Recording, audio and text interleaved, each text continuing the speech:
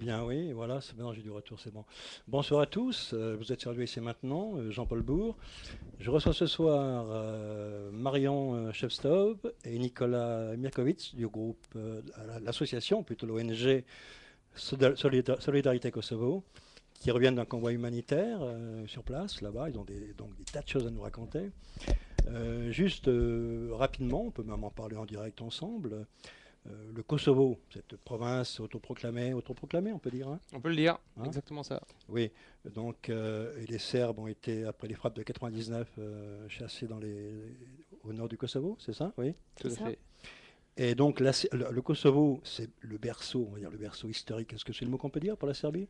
C'est exactement ça. Le Kosovo, il faut savoir que le Kosovo est aux Serbes, ce que pourrait être par exemple Paris pour un Français ou Berlin pour un Allemand. Enfin, c'est vraiment le centre culturel, religieux, historique de la Serbie, quoi. Donc du coup, tout ce qui s'est... Puisqu'on a à l'époque médiévale la Serbie qui existe, qui comprend le Kosovo, hein. Bien sûr, Puis les invasions ottomanes, ça c'est classique, 14e siècle. exactement. Donc la fameuse bataille du Kosovo, le champ des Merles. 1389. Donc occupation à ce moment-là par les Ottomans, Oui, un certain temps assez long, hein. quasiment 600 ans. Oui, Ouais. siècle. Ensuite, le Kosovo redevient de nouveau à la Serbie à quel moment s'intègre de nouveau à la Serbie à quel moment? Alors, après les guerres balkaniques, quoi, juste avant en 1912, quand il y a les guerres balkaniques, le Kosovo est de nouveau enfin, on va dire, politiquement rattaché à la Serbie, sachant que la Serbie, elle, avait déjà gagné son indépendance du Kosovo en 1878. Et puis on est en 99, donc d'un coup, on n'a pas compris pourquoi. On comprend mieux maintenant, on comprend mieux, on va en parler. Eh bien, le conflit entre les Kosovars et C'est un les... non-sens ce mot, hein. Oui, bon, ok. Bon. On parle des Albanais, Voilà. les Albanais du Kosovo. Et les Serbes, et les Albanais soutenus, de l'UCK soutenus par l'OTAN, les frappes aériennes sur Belgrade. Le but, chasser les forces serbes du Kosovo, hein, Tout à fait. laisser la place sous contrôle de l'ONU à l'UCK, dont le grand chef suprême est aujourd'hui Premier ministre, c'est ça? Hachim Tassi. Voilà, ces mecs de l'UCK ont été soutenus. Et puis pendant des années, on en a fait un petit peu des héros démocrates, on va dire. On avait en face des vieux fachos qui étaient les Serbes. Puis maintenant, grâce aux déclarations du tribunal du TPI de Carla Del Ponte, qui a fait un travail, bon, on peut le remercier pour ça déjà, c'est-à-dire a pu montrer que des exactions énormes, monstrueuses ont été commises par les Kosovars, donc le trafic d'organes. Il y a quelques années de ça, sa déclaration, elle remonte à combien Elle, son enquête, ça date d'il y a 3 ans à peu près, quoi. Et que ça a été corroboré par un rapporteur de l'Union européenne qui s'appelle Dick Marty, qui a fait une Et ça, enquête. c'est maintenant, ça. Et ça, c'est aujourd'hui, ouais. Alors aujourd'hui, il y a une enquête du Conseil de l'Europe. On se rend compte, enfin l'Union européenne se rend compte qu'il y a eu un trafic d'organes monstrueux, où vraiment on prenait des Serbes, des enfants serbes, des femmes serbes, des hommes serbes de tous les âges, on les amenait en Albanie, on les disséquait, on prenait leurs organes, on les revendait, on les tuait, et tout ça sous le regard de l'OTAN, sous le regard de la CAFOR. Et ça, c'est écrit, vous pouvez aller sur Internet, télécharger le rapport de Dick Marty, c'est écrit, noir sur blanc, on a les preuves, les C'est un renseignements. rapport officiel, Un exactement. rapport tout à fait officiel. Du Conseil de l'Europe et aussi du TPI, bien avant. Et Hachim Tassi, le Premier ministre albanais du Kosovo, est impliqué. Et directement dans ce rapport, il est écrit « Nous savons que c'est un chef de bande mafieux dont les hommes font ce genre de trafic. » Et il est impliqué. Et c'est l'ami officiel de l'ambassadeur de France, des Des États-Unis. États-Unis. Et Marion, tout ça s'est fait à l'époque, ces trafics d'organes du Kosovo sur lesquels il y a une enquête aujourd'hui, sous l'administration, avec la protection d'Agford, de l'ONU, de Kouchner. Exactement, ça a été soutenu par Kouchner. D'ailleurs, il y a une vidéo qui est passée sur Internet et qui a provoqué une tollée de la part de l'Église orthodoxe, puisque Kouchner a été interrogé par un journaliste au sujet des maisons jaunes. Il était en compagnie justement de la personne qui s'occupait justement de l'hôpital où on suppose qu'ont été faits ce trafic d'organes, mais qui a réellement eu lieu. Et à la question du journaliste, qu'est-ce qui se passe? Il prend cette question en dérision, il rigole, mais d'un rire très C'est un gras. rire horrible. Ah, Je l'ai vu, exactement, tout à un fait. rire dégueulasse. Et donc si on réfléchit, il y a quand même des milliers de familles serbes qui ont perdu des gens de leur famille, qui ont été enlevés, Et qui pas ont dans des combats disparu. d'honneur. C'est Exactement. horrible. Et personne ne sait ce qui est arrivé à sa famille. Donc il y a des grands monuments au Kosovo qui existent, où on a des listes de noms interminables sur des personnes qui ont disparu. Et cet homme-là se permet de rire grassement sur des victimes serbes. En Qu'est-ce que c'est disant, que mais ça, vous quoi? êtes des fous, Voilà. moi j'aurais couvert ça, et Oui. c'est une horreur, enfin, excuse-moi Le monde à du mot. l'envers. Hein, C'est ça. oui, c'est le monde à l'envers. Mm. Et cette frappe, en 99, c'est du jamais vu. Une frappe de l'OTAN sur un pays européen. Complètement unique, au détriment de toutes les règles internationales, Mhm. au détriment des conventions de l'ONU, de la Convention de Vienne, la Convention de Genève, tous ces accords internationaux qui existent pour que les pays puissent vivre en paix sont bafoués parce que l'OTAN a décidé qu'il fallait faire une guerre dans le sud de la Serbie, parce que voilà, pour des raisons géopolitiques qu'on pourra voir plus tard si tu le veux, eh bien, il fallait frapper les Serbes, qui étaient les méchants, qui étaient les fachos du coin, qui étaient la cause de tous les maux des Et Balkans. les virés du Kosovo. Ah mais carrément les virer de chez eux. C'est De comme chez si eux. demain, Mais bien sûr. c'est comme s'il n'y avait plus de Français à Paris. Voilà, c'est ça le drame du Kosovo. Je vais revenir sur, le trafic des organes en question, puisque en 2010, il y a un film qui est sorti qui s'appelle Dans la cage, pardon. C'est un film qui est sorti, donc qui a été tourné en France et qui a été réalisé par des Albanais. Ce film, il met en question des victimes albanaises sur qui aurait été fait le trafic d'organes. Donc on a complètement un renversement de la réalité, mais le message, quand on pose la question à la personne qui a réalisé ce film, j'ai plus le nom, quand on lui demande pourquoi, qu'est-ce qui s'est passé, c'est pas plutôt l'inverse qui a eu lieu, etc. Cet homme-là, il dit oui, mais au fond, c'est pas bien grave qui sont les réelles victimes, c'est juste qu'il faut sensibiliser les gens pour que ça ne se reproduise plus. Donc encore une fois, C'est incroyable. c'est surtout que c'est une honte, quoi. Enfin bon, à quel point on en arrive. Ce film, il est sorti, il est tout public, il a été tourné en France et c'est l'inverse de la réalité, quoi. C'est encore une fois, on diabolise les Serbes parce que de la même manière, dans tous les films de production américaine qu'on va voir sur le dernier, là, un Largo Winch qui est sorti, donc c'est d'actualité, quoi. C'est toujours des criminels serbes et rarement des Albanais qui sont mis en cause. Donc il y a vraiment une diabolisation de cette province, de cette nationalité, et c'est ça qui. Alors, lorsque Kouchner et l'AKFOR occupent, on peut dire le mot, occupent le Kosovo et que Oui. les Serbes sont virés au nord, c'est porte ouverte côté albanais à des millions d'Albanais qui arrivent au Kosovo. Mais bien sûr, et c'est la Donc, continuation. c'est une conquête musulmane. La continuation de trois dominations du Kosovo assez très dures. Il faut savoir que le peuple serbe a enduré pendant 600 ans l'occupation ottomane. Donc du coup, on forçait les Serbes à renier leur religion, à devenir musulmans. C'est la dimitude, c'est une situation très difficile pour eux. Il y a les janissaires aussi. On prend leurs enfants, et les janissaires, enfin l'Empire ottoman prend les enfants, kidnappe les enfants serbes pour en faire donc des janissaires, donc ce sont des soldats d'élite ou des personnes qui vont entrer dans des fonctions placées de l'administration ottomane, et ça c'est l'Empire ottoman qui fait ça pendant 600 ans. Les Ottomans partent, la Serbie gagne l'indépendance, c'est la Deuxième Guerre mondiale, le Kosovo est occupé par l'Italie fasciste, qui elle est l'allié des Albanais, et qui promet aux Albanais d'annexer le Kosovo à l'Albanie. Ensuite, Deuxième Guerre mondiale, le communisme arrive, de nouveau l'empire, on va dire le pouvoir centralisé de Belgrade, mais pour toute la Yougoslavie, prend fait et cause pour les Albanais du Kosovo parce que ils veulent rattacher, Tito à l'époque espère pouvoir rattacher l'Albanie à la Yougoslavie au tout début de son projet, et ensuite les frappes de l'OTAN. Donc il faut savoir qu'un Serbe du Kosovo, depuis on va dire quasiment le XIVe siècle, n'a jamais connu la paix. Il a toujours été occupé. Et ce qui est héroïque aujourd'hui, c'est ils sont à peu près 9 à 10% de la population aujourd'hui. Ce sont les derniers des Mohicans. Ils résistent encore. Quoi. Les Alors, derniers des Gaulois au Kosovo. Bah puisque ouais, c'est les images. Gaulois serbes le Kosovo, c'est la Serbie. Et votre voyage, le convoi humanitaire que vous organisez, vous, Solidarité Kosovo, le reste au mois d'août, hein, c'est ça, hein? Le dernier a eu lieu au mois d'août, mais on en organise plus Tous les ans. régulièrement à Noël pour justement le Noël orthodoxe. D'accord. Donc c'est quoi, vous allez dans les enclaves serbes? Bah déjà, on se tape tout le Mitrovica. trajet Oui, bah, déjà, c'était jusqu'au Kosovo, ouais. ce qui implique le passage des multiples douanes, les papiers. Vous En êtes emmerdé conséquence, par les mecs, par à ma première les mission, Albanais? ouais, à ma première mission, la première fois que je suis partie au Kosovo, on est resté 7 ou 8 heures à une douane serbe.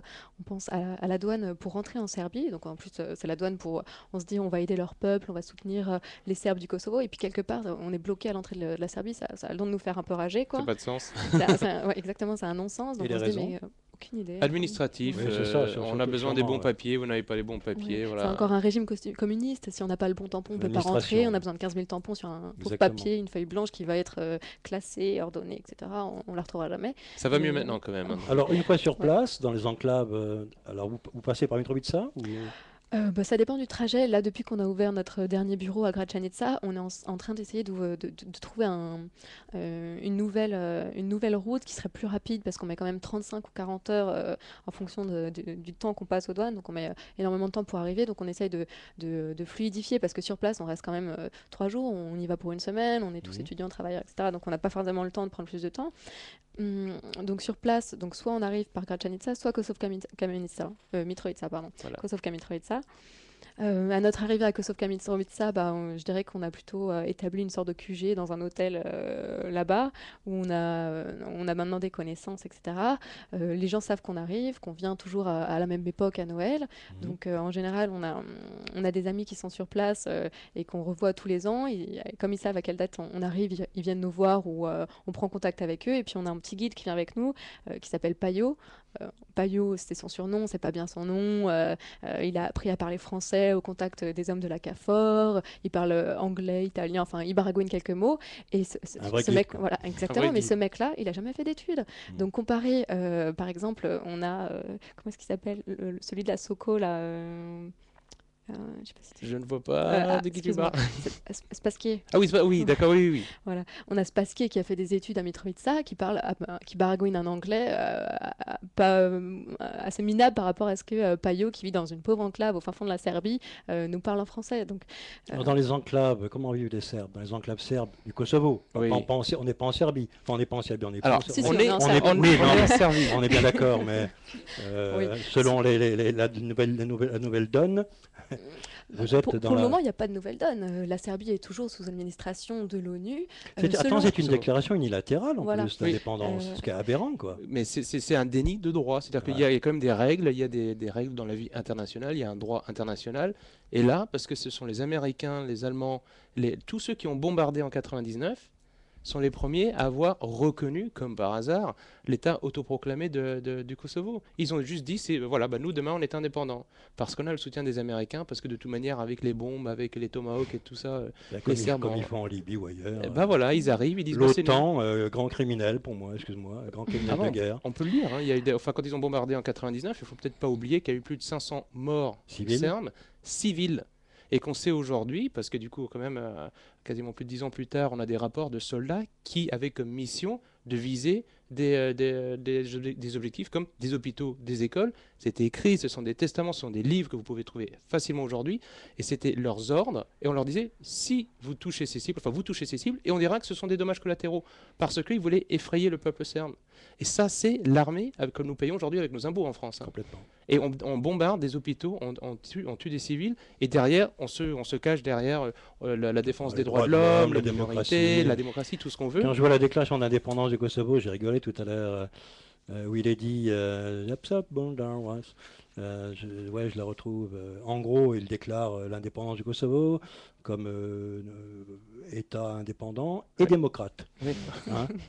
Oui, enfin, les mêmes qui ont pratiqué les trafics d'organes sur les civils. voilà, serbes. ceux qui sont au pouvoir à l'heure actuelle au Kosovo, parce que Oui, Hashim en plus, c'est Thaçi important, dis-le, ça. Oui. c'est le premier ministre du Kosovo à l'heure actuelle, c'est celui qui a été impliqué dans le trafic d'organes, c'est l'ancien président de l'UÇK, c'est celui qui a mené à bien tout.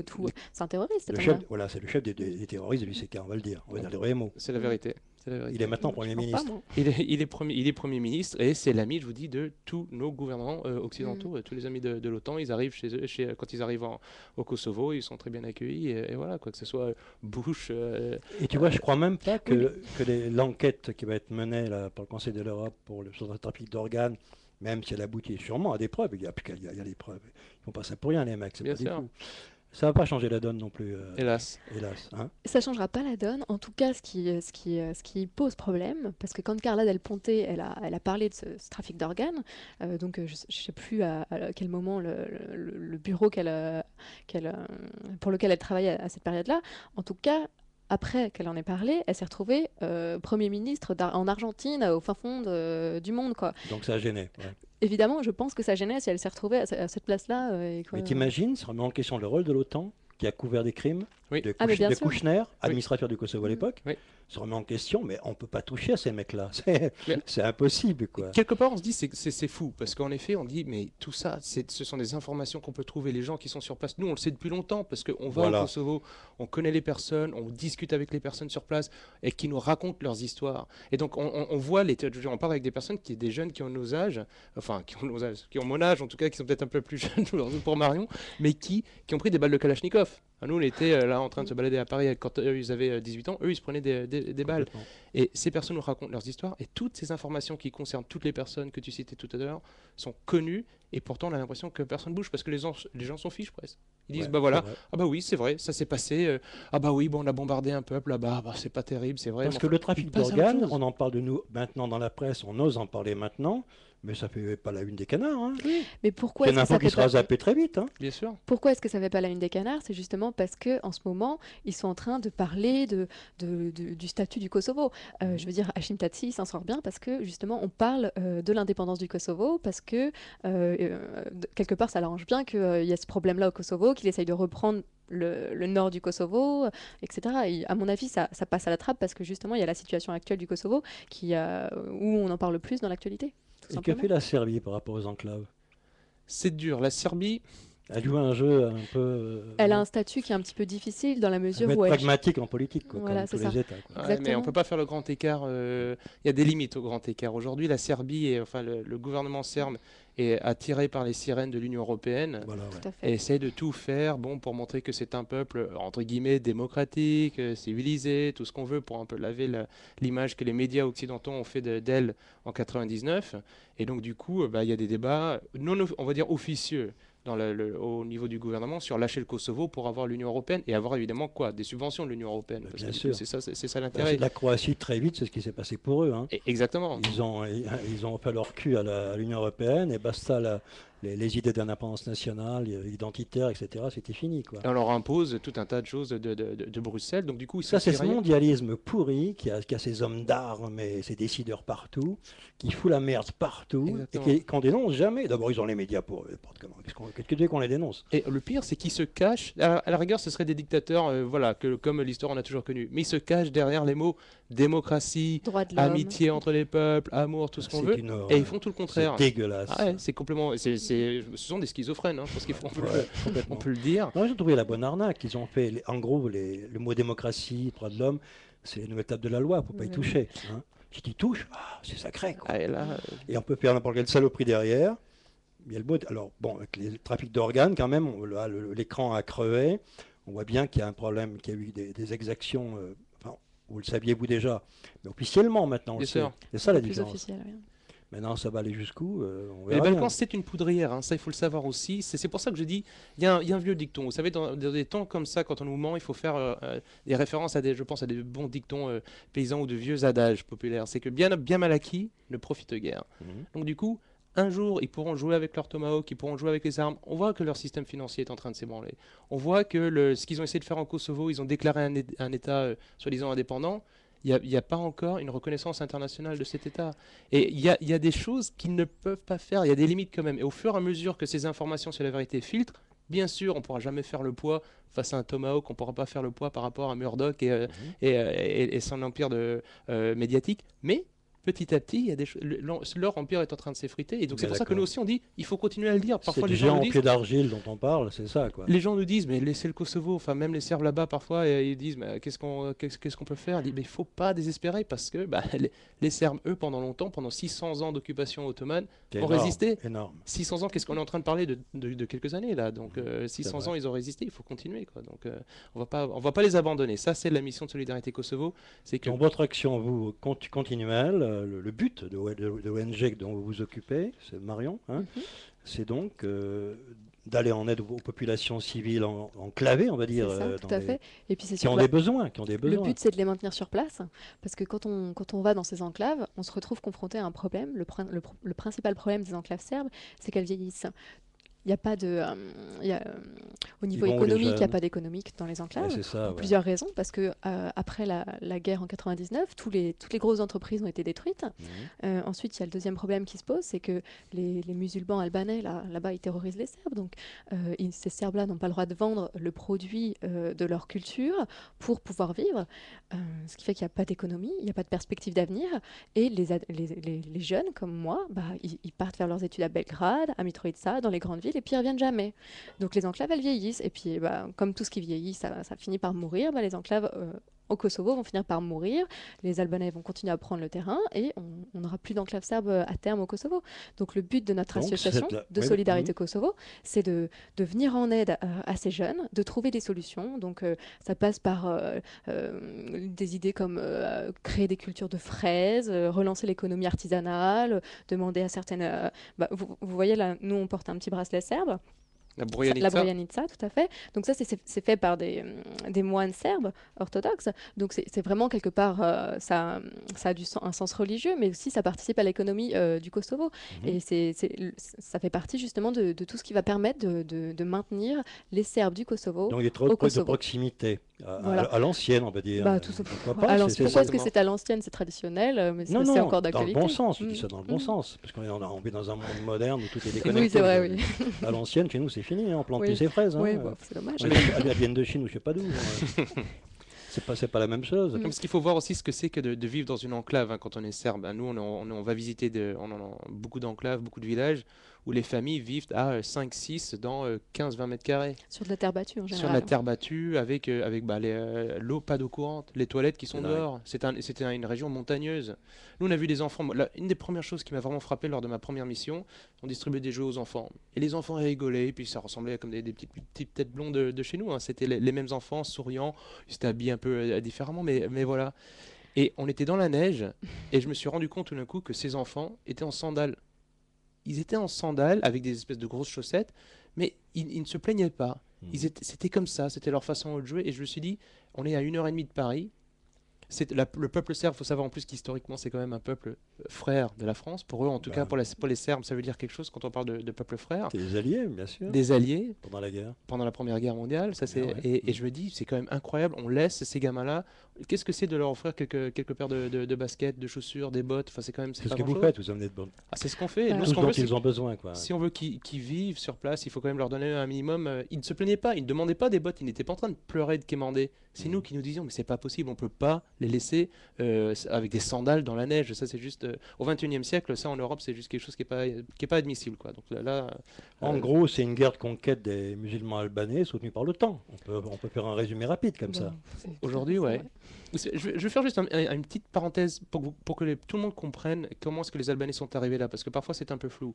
Quand les Ottomans sont arrivés, eux, la façon pour intégrer les populations conquises à l'Empire ottoman, c'était le système de la Louma. Donc c'était un système musulman où vous vous convertissez à l'islam, et si vous vous convertissez, on vous donne des droits. Vous avez le droit d'avoir des terres, vous avez le droit d'être administrateur, vous pouvez rentrer dans l'armée.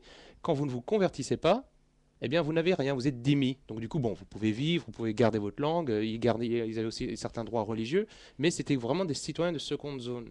Et la raison pour laquelle il y a des Albanais qui sont arrivés au Kosovo, c'est que les Serbes ne se sont jamais convertis, ou quasiment jamais convertis à l'islam. Parce que leurs chefs, justement, à cette bataille de Kosovo-Polier, ont résisté, on dit, on mourra pour notre foi chrétienne. Et c'est ce qu'ils ont fait. Et le peuple serbe, dont l'élite a été décapitée à cette bataille, s'est toujours souvenu, pendant toutes ces générations, qu'il ne fallait pas trahir. Ils sont restés fidèles. Et les Ottomans, qu'est-ce qu'ils ont fait?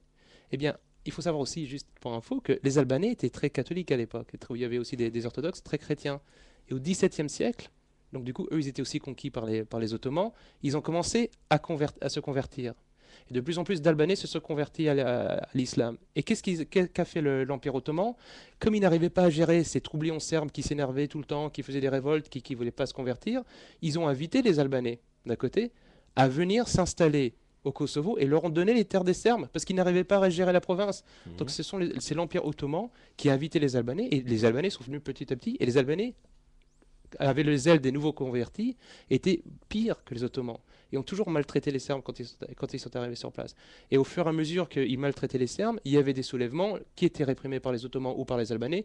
Les Serbes fuyaient, et c'est comme ça que petit à petit, les Albanais ont grignoté le terrain. Et puis après, après la Deuxième Guerre mondiale, ils avaient un taux de fécondité de 7 enfants par Je voudrais femme. juste citer Nicolas et Marion.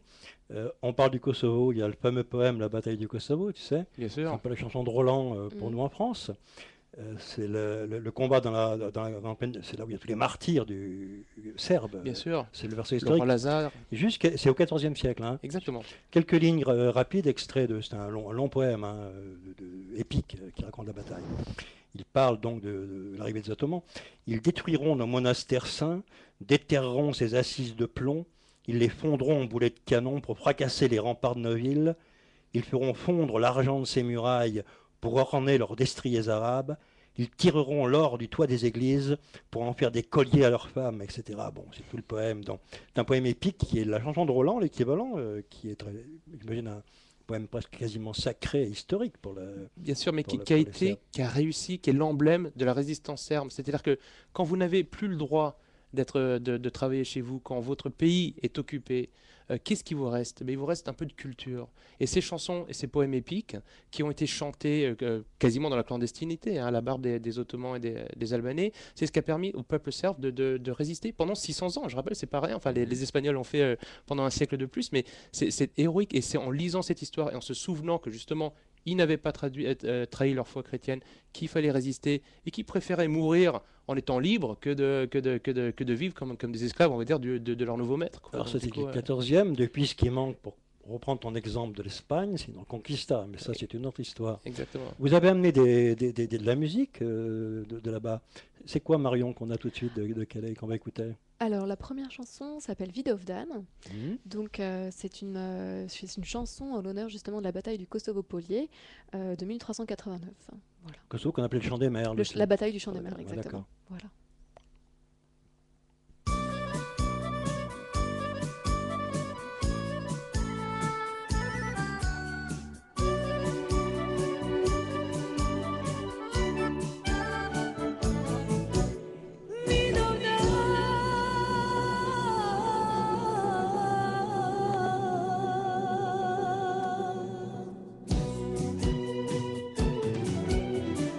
Nebo gledam, prolaze vekovi,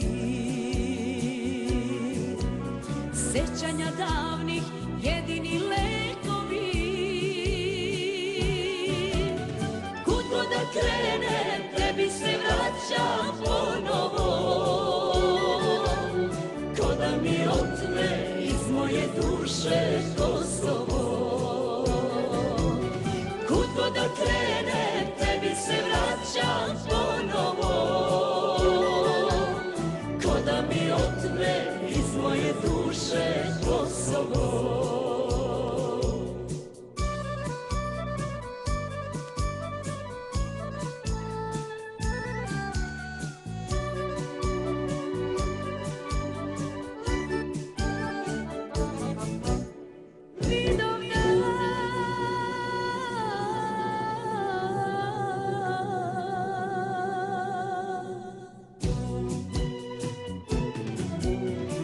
Večni plamen u našim srcima, kosovskog boja ostaje istina. Kud god da krenem, tebi se vraćam ponovo, ko da mi otme iz moje duše Kosovo. Kud god da krenem, tebi se vraćam ponovo, ko da mi otme iz moje duše Kosovo.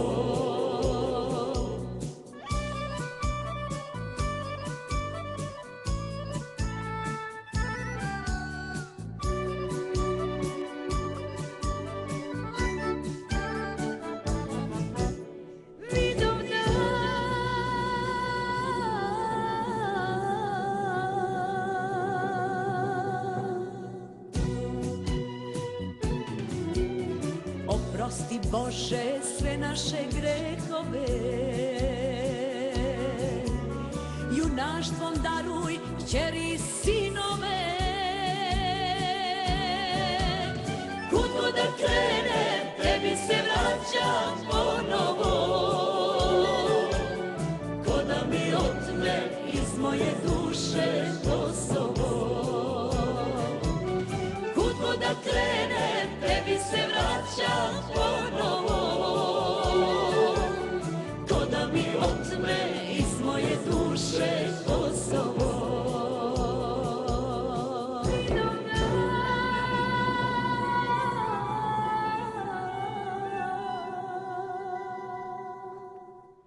Radio Ici et Maintenant, 95.2 FM et sur internet ici et maintenant.com.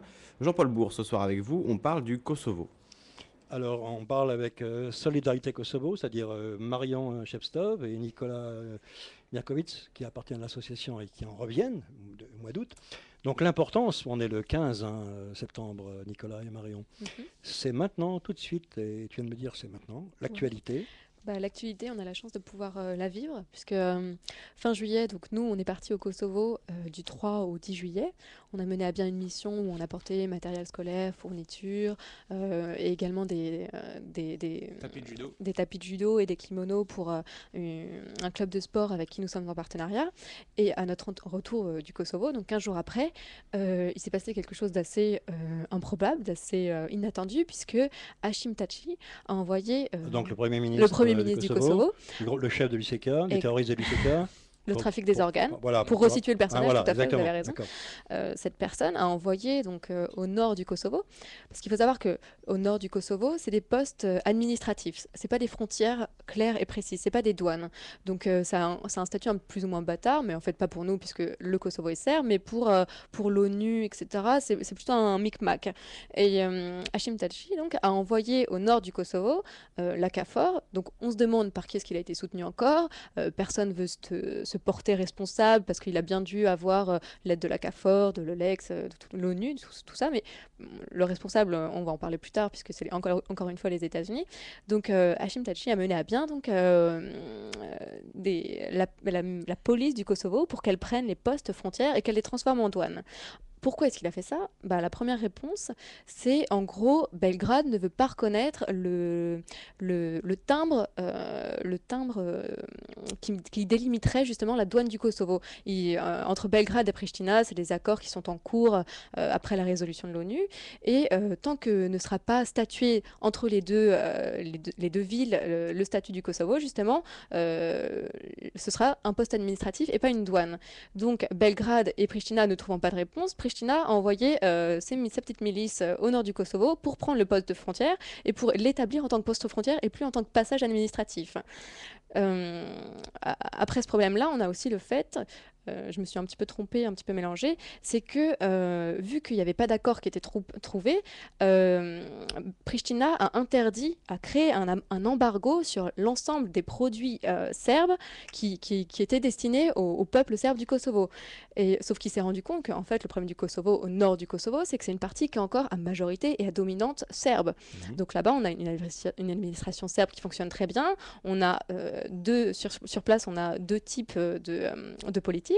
Une politique qui a été élue de manière légitime, avec du droit de vote, qui est en place et qui est serbe. Donc c'est la politique complètement, c'est des institutions légitimes qui sont sur place. Et puis en parallèle, depuis l'indépendance du Kosovo, on a une deuxième institution qui s'est mise en place, qui fournit les réponses à Belgrade. Voilà, donc ça c'est un petit peu pourquoi est-ce que Hashim Thaçi a envoyé ces personnes-là fin juillet au niveau de la frontière du Kosovo.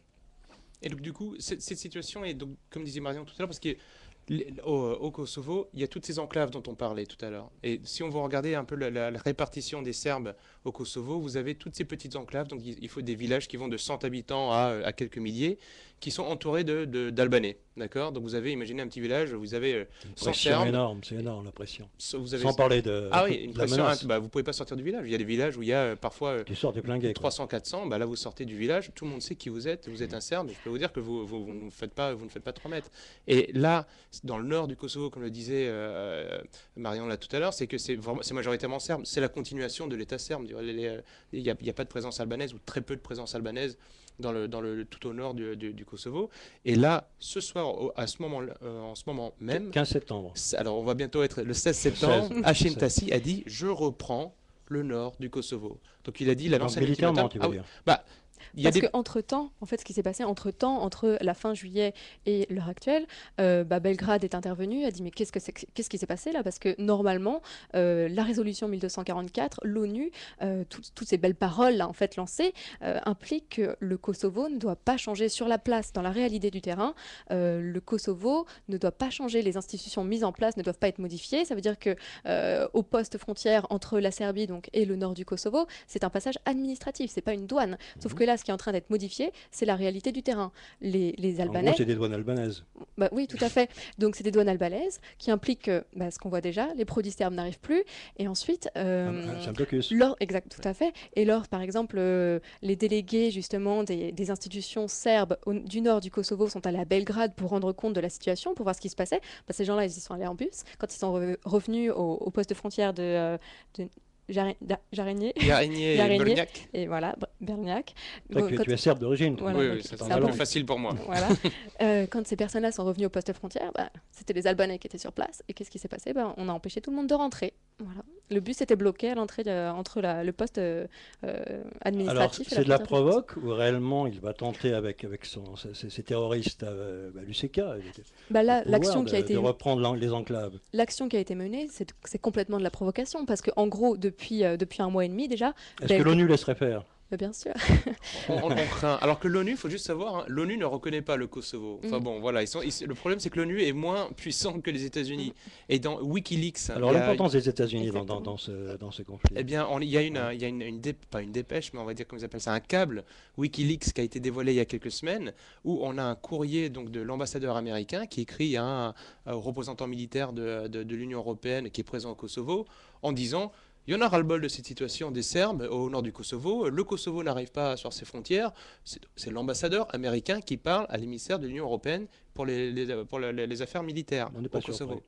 Et il dit, il faut qu'on y mette fin, il faut qu'on y mette fin une fois pour toutes, ça a assez duré, les Serbes nous embêtent, c'est écrit noir sur blanc, on le sait qu'ils le font, là c'est écrit, le câble est sorti, et là du coup, là c'était un programme qui est mis en place depuis plusieurs mois.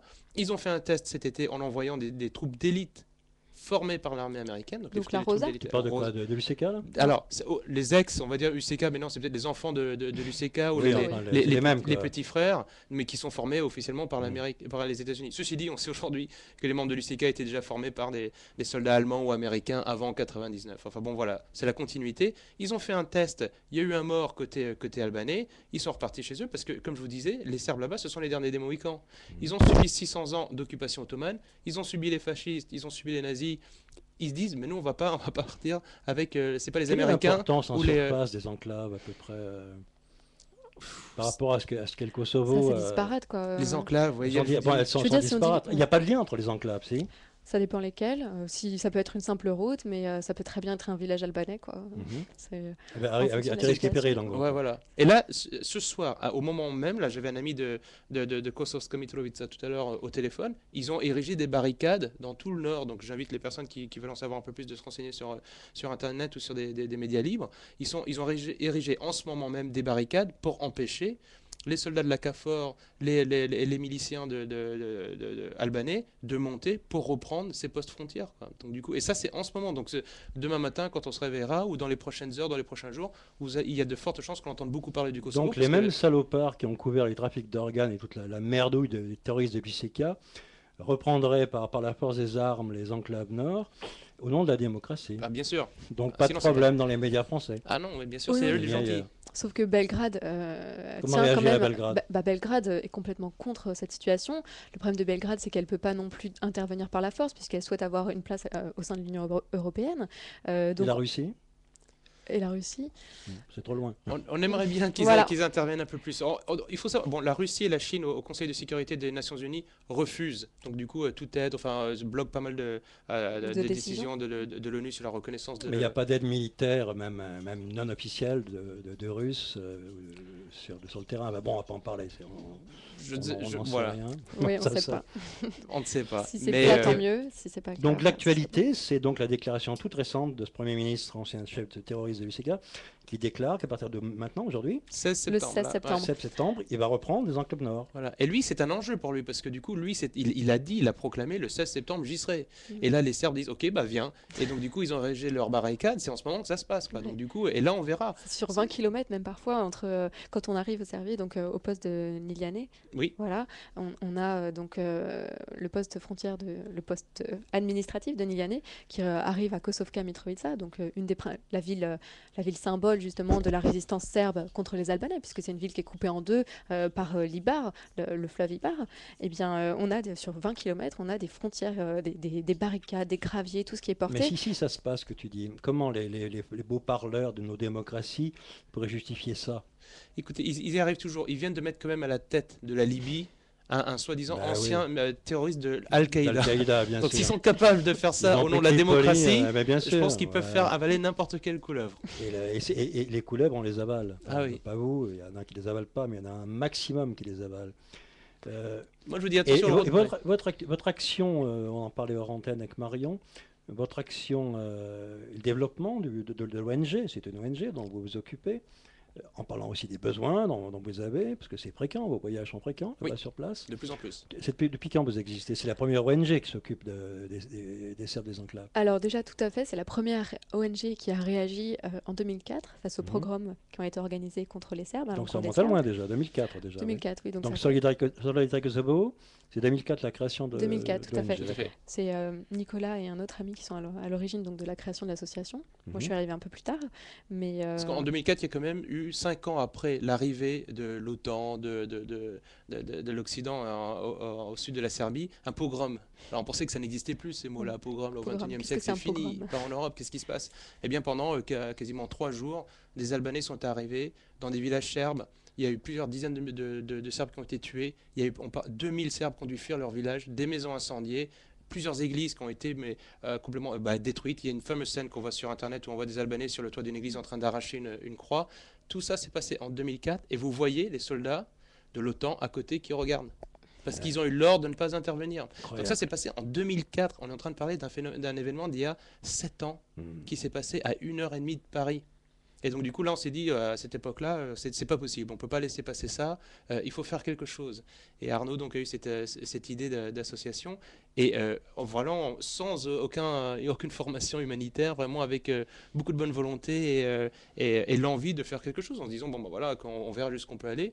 Eh bien on a réussi ces premières missions en apportant des vêtements, des jouets pour les enfants. Parce que vraiment, avant tout, on se dit, dans cette situation-là, les enfants sont évidemment les premières victimes. Ils ne méritent pas ça. Et nous aussi, on peut leur apporter un tout petit peu de réconfort et leur dire, vous n'êtes pas seuls, même ces quelques instants. Vous savez, quand vous voyez cet enfant qui vous regarde, qui a ses sandales, je vous disais tout à l'heure, qui est pieds nus dans la neige, qui vous regarde avec ses grands yeux et qui est émerveillé parce qu'il a reçu une peluche qui a appartenu à quelqu'un d'autre. Hein. Au début, on recevait des peluches d'occasion. Là, ça vous fend le cœur.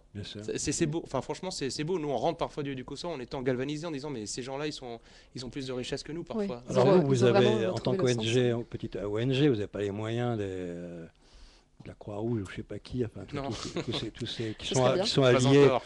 alliés encore, à, ce serait je les ai vus faire en Croatie, qui sont alliés à tous les systèmes les plus... Bon, ça c'est notre histoire. Bon, mais vos besoins, si on veut vous contacter des auditeurs pour vous aider, est-ce qu'on peut donner un site, une référence, quelque chose? Alors moi, je vais vous donner l'adresse postale Mhm. sur laquelle vous pouvez donc nous envoyer des colis ou des dons financiers. Qui peuvent être déductibles si vous payez les impôts. Exactement. On peut déduire les dons. On va vous faire un exemple. Donc, si vous faites un don de 100 €, vous avez la possibilité de déduire 66 € de votre feuille d'impôt.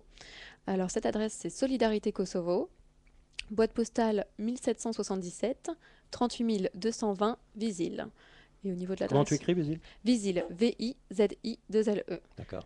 Et on a un site internet donc où on a souvent toute l'actualité évidemment de l'association, plus parfois des informations sur ce qui se passe au Kosovo et en Metochi.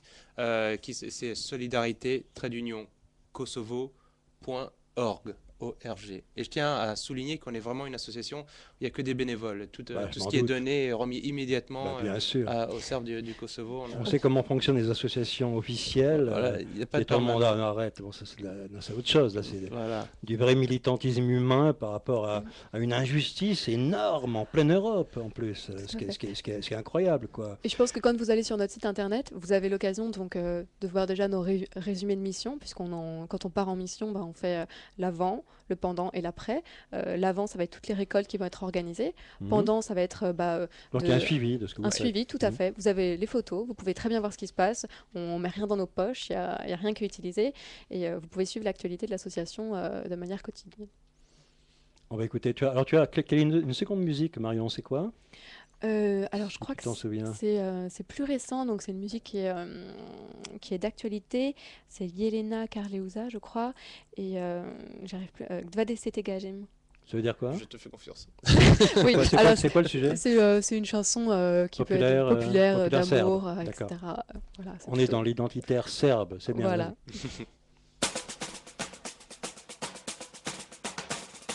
Dvadesete gazim, dobro mi je sasvim.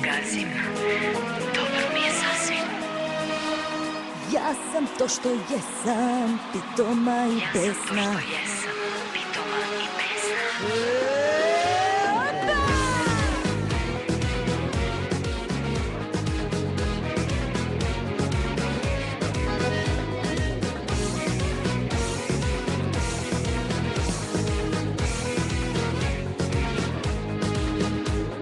Živi što možeš brže leti, malo niže, da ti sreća bude bliže. Kad te pesma digne, kad te pravi stigne, to život bolji nam ide. Del hoće i neće, ma samo nek se kreće. 20 gazim, dobro mi je sasvim, gde mi noge krenu, svi se okrenu.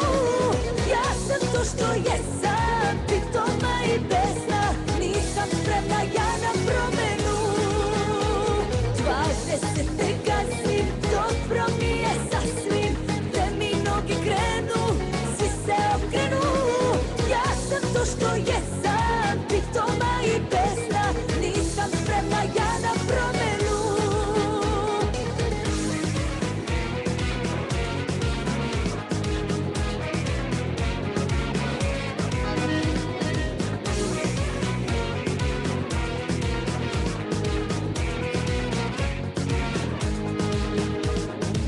Uzmi što duša traži, sve što misliš kaži, ako moraš malo slaži. Idi da te vide, baci sve pod štikle, jer život bolji nam ide. Del hoće i neće, ma samo nek se kreće. 20 gazim, dobro mi je sasvim, gde mi noge krenu, svi se okrenu. Ja sam to što jesam, pitoma i besna, nisam spremna ja na promenu. 20 gazim, dobro mi je sasvim, gde mi noge krenu, svi se okrenu. Ja sam to što jesam, pitoma i besna, nisam spremna ja na promenu.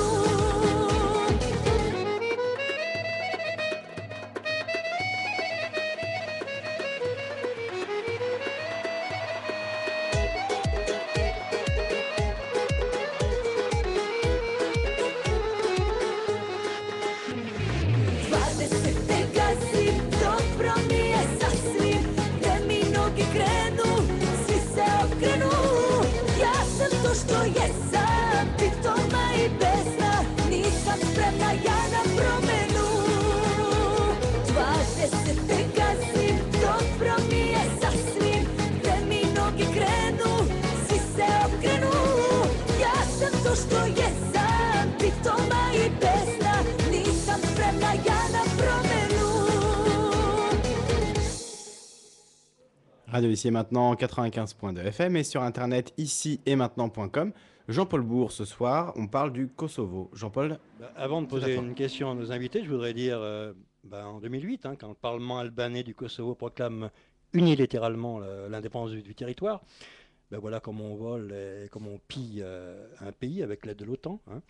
Et quand la Serbie saisit la Cour internationale de justice devant l'indépendance autoproclamée des Albanais, d'accord, du Kosovo, on lui répond que ça ne viole pas le droit international. Ok, c'est ce qui est répondu. Et tu réponds quoi à ça, toi? Je dis que plus c'est gros, plus ça passe. C'est un déni, je veux dire, n'importe quel spécialiste du droit international vous dira que la territorialité, enfin on ne peut pas scinder un pays, c'est une brèche des accords d'Helsinki où on doit respecter l'intégralité territoriale.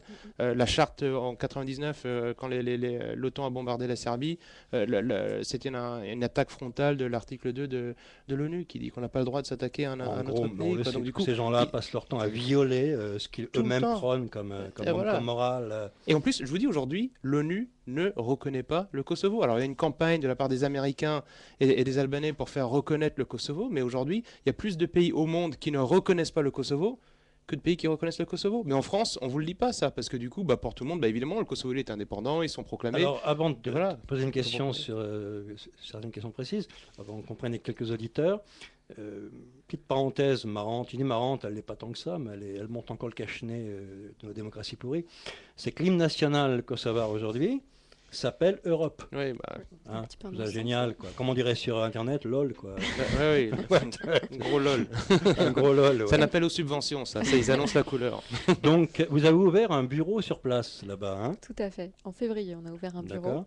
Donc c'est Nicolas qui s'est rendu sur place. C'est un bureau qui est financé à hauteur d'une bonne somme d'argent. Cette somme d'argent, elle nous a été donnée grâce aux dons que tous nos donateurs nous font, toutes les personnes qui nous soutiennent nous font. Et ce bureau, il permet sur place de faire le relais que nous, on n'a pas le temps de faire quand on passe seulement une semaine à visiter 10 enclaves en quelques jours. Donc vous expliquez ce bureau, c'est en partenariat donc, avec le patriarcat orthodoxe serbe qu'il a été mené. Il est situé au niveau du monastère de Gračanica. Donc juste à côté, à quelques kilomètres de Pristina, oui. la pseudo-nouvelle capitale érigée du Kosovo avec Bill Clinton et une statue de la liberté en plein milieu de cette capitale où on circule très mal. Donc ce bureau à Gračanica nous permet justement... oui, c'est ça. Leur capitale, c'est Pristina. Pristina, oui. Pristina City, on pourrait dire. Hein. Oui, oui, c'est vrai que tout à fait. Pristina City, oui. Vas-y, oui. Donc ce bureau, on a une personne, un diacre qui s'appelle... Boyan, qui travaille donc toute l'année avec nous. Et ce diacre se rend dans les enclaves pour essayer de numériser un petit peu les besoins, les familles, de recenser les enfants, de recenser les familles, ainsi que leurs besoins. Il retourne à son bureau à Gračanica et il nous fait le lien, ce qui permet de nous faciliter le travail en France pour les récoltes, pour les besoins et pour les dons qu'on a à faire. Ça nous permet justement d'organiser et de prévoir. C'est un bon relais. Ouais. C'est un très très bon relais, c'est une avancée énorme au niveau de l'association, également parce qu'on peut le subventionner. D'être sur place en permanence, c'est comme ça. Voilà, tout à fait. Et on est devenu du coup un intermédiaire officiel, reconnu sur place. On a été toujours, évidemment, on était les Français qui débarquions. Voilà, ils nous connaissaient parce que quand même, il n'y a pas beaucoup de monde qui va s'aventurer par là-bas. Et donc du coup, là, on a un peu pignon sur rue. Et l'avantage pour nous, c'est qu'en tant qu'association humanitaire, notre ami sur place recense donc du coup les besoins des familles et nous dit exactement voilà j'ai besoin de matelas, j'ai besoin de vêtements, j'ai besoin d'ordinateurs pour les écoles parce c'est pas parce qu'ils habitent dans des enclaves et qu'ils ont des bottes ou des sabots qu'ils n'ont pas le droit de vivre un peu au 21e siècle aussi. Donc du coup il nous donne tout ça, il fait le tour des écoles, il fait le tour des familles, des portables ou de je sais pas tout. Il faut ces enfants, ces familles ont le droit de vivre comme nous et donc du coup il nous fait la liste des besoins et comme ça nous après on a plusieurs mois pour préparer l'émission. Voilà, c'est bien, il y a un travail de terrain fait par eux et vous savez ce qui manque, qu'il faut faire pour la prochaine mission. Exactement, comme ça on n'arrive pas avec 3 tonnes de chaussures, ça va rien. Voilà, ils n'en ont plus besoin. Donc, déjà, et ça nous permet aussi, parce que c'est des enclaves qui vont être situées au sud du Kosovo, qui vont être dans des parties un peu plus reculées, où on ne peut pas accéder en hiver parce qu'il y a de la neige, parce que la circulation ne peut pas se faire à cette période de l'année. Il va nous faciliter le travail et nous permettre justement de découvrir de nouvelles enclaves, notamment par exemple l'enclave de Kosovka Kamenica, où justement on a découvert. Donc cette enclave, elle est située, donc le Kosovo c'est un petit losange, elle est située donc à l'est du Kosovo. D'accord. Voilà.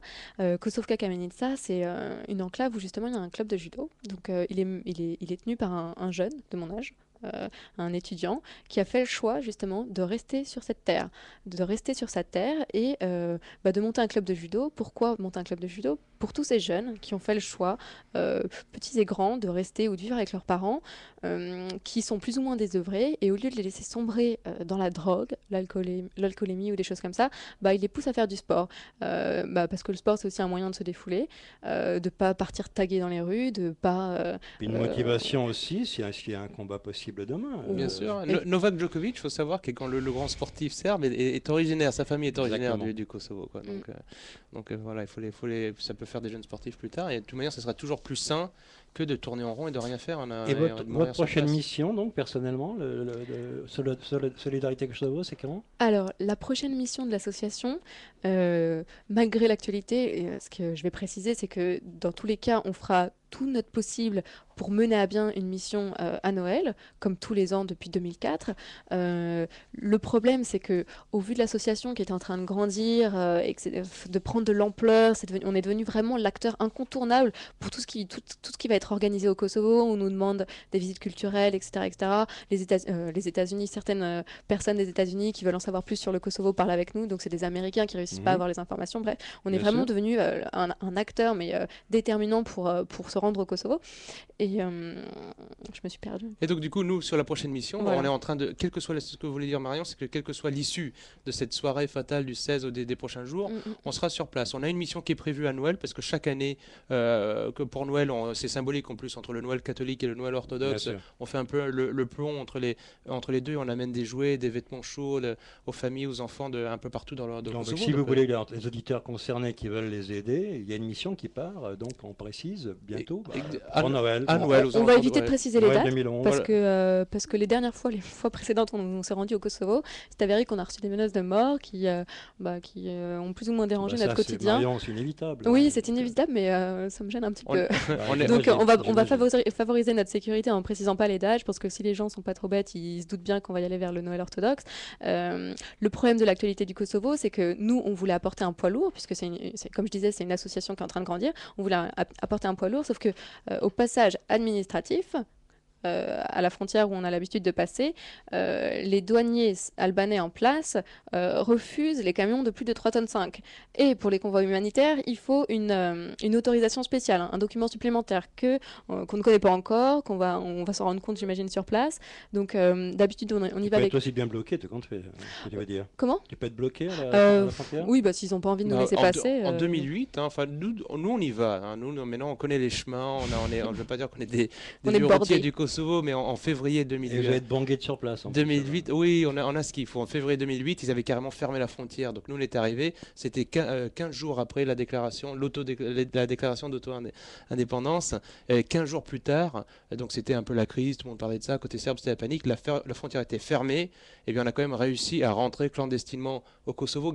C'était gardé par des gendarmes français, donc c'était peut-être pas compliqué, je sais pas. Mais en tout cas, on a réussi à rentrer dedans. Et voilà, quand on veut, on fait rien de mal, on apporte juste du soutien aux Serbes qui sont sur place. Et là, on leur avait apporté du matériel de vidéosurveillance. Ils veulent garder leur intégrité, ce qui me paraît normal pour un peuple, pour tous les peuples. C'est normal. C'est normal, mais bon, vu qu'on tout ce qui se passe au Kosovo est fait à l'envers, on ne raconte pas. Donc voilà. Donc, quelle que soit la situation de ce soir, des prochains jours, nous irons sur place. On a notre mission de Noël. Alors, peut-être qu'on ne pourra pas aller en 3,5 tonnes. Il faudra peut-être qu'on apprenne à piloter des avions, des hélicoptères, je ne sais pas, y aller en sous-marin dans le fleuve Ibar. Voilà. Mais rien ne nous arrêtera. Ça, c'est certain. On utilisera tous les moyens pacifiques, bien évidemment, pour aller sur place, aider ces personnes. Et je vous dis, rien ne nous arrêtera, quoi. On est déterminés. Oui, on est déterminés parce que bien, depuis 2004, c'est des amis. C'est plus seulement des gens qui ont des inconnus à qui on vient en Inde. C'est aussi devenu des amis, quoi. Ouais. Exactement. Voilà, ça fait 6-7 ans qu'on les connaît. Je veux dire, la dernière fois que j'y suis allée, j'ai parlé à une jeune fille qui avait mon âge. Je la connaissais depuis 2 ans. Elle m'a dit, oui, mais toi, je te considère vraiment comme une sœur. Je peux vous dire que dans la bouche d'un Serbe, ça veut dire vraiment quelque chose, quoi. Et puis ça touche au cœur parce que c'est pas des rapports qu'on peut avoir aujourd'hui. C'est des rapports honnêtes, sains, etc. C'est quand on va sur place, c'est des gens, ils ont rien et pourtant ils nous donnent tout. On s'est retrouvés au Kosovo avec Arnaud un jour. On avait nulle part où dormir. Et, on s'est retrouvés dans une famille qui nous a ouvert sa porte, qui nous a donné son lit presque et qui nous a servi le cochon qui venait d'être tué. Alors que je me demande s'ils auraient de la viande cochon pour au cuire. Kosovo. Il en reste. Il en reste. Voilà. Parce que chez nous, il n'y en a plus. Ils l'ont gardé. Avant de prendre des auditeurs qui veulent vous poser des questions, Marion et Nicolas, on va écouter un groupe parce il y a Alban qui est avec nous, on ne l'a pas entendu parler, mais il est là dans le studio présent, Alban, qui est bassiste dans le groupe, c'est l'Hôtel Stella, c'est ça, hein. Et tu as choisi toi personnellement un morceau que s'appelle Père Lachaise. Oui, Hein. en gros, c'est un hommage à tous les Parisiens morts et enterrés au Père Lachaise et aux communards aussi. On t'entend mal, mais c'est un hommage, tu viens de dire, aux communards et aux Parisiens morts et enterrés au Père Lachaise, c'est ça, hein. Hôtel Stella, puis on a avec nous Alban, qui est là dans le studio, qui est le bassiste du groupe. Et si vous voulez appeler pendant la chanson, excuse-moi, vous pouvez appeler au numéro de la radio. Tout à fait, le numéro c'est le 08 92 23 95 20 pour vos questions donc à l'association Solidarité Kosovo. Je répète 08 92 23 95 20.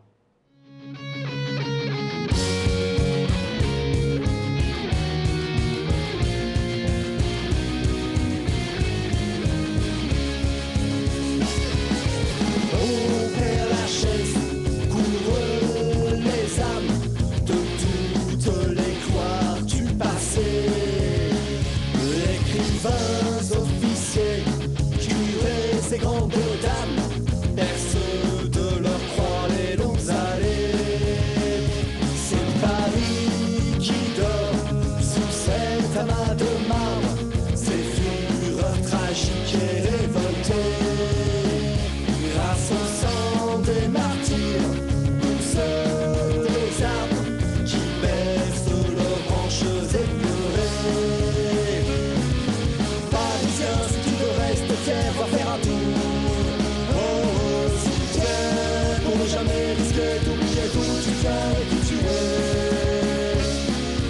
Parisien, si tu veux rester fier, va faire un tour au cimetière pour ne jamais risquer d'oublier d'où tu viens et qui tu es. Les vierges de pierre veillent sur les visiteurs et les laissent souvent s'égarer pour que devant les morts au champ d'honneur ils retrouvent leurs racines délaissées. Des enfants cherchant du Morrison sur un sacré cœur sont tombés. Ne le dites surtout à personne, mais ils se sont mis à prier. Parisien, si tu veux rester fier, va faire un tour au cimetière pour ne jamais risquer d'oublier d'où tu viens et qui tu es. Parisien, si tu veux rester fier, va faire un tour au cimetière pour ne jamais risquer d'oublier d'où tu viens et qui tu es.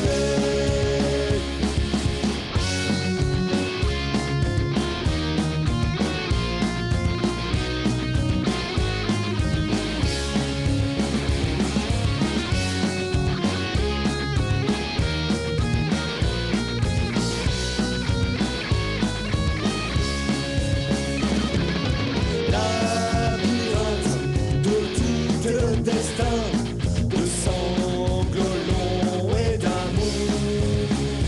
La force du souvenir sublime le chagrin en une gerbe d'espoir magnifique. Et quand parfois un cri retentit, c'est celui des ultimes fédérés, conspirant l'infâme bourgeoisie qui les a lâchement condamnés.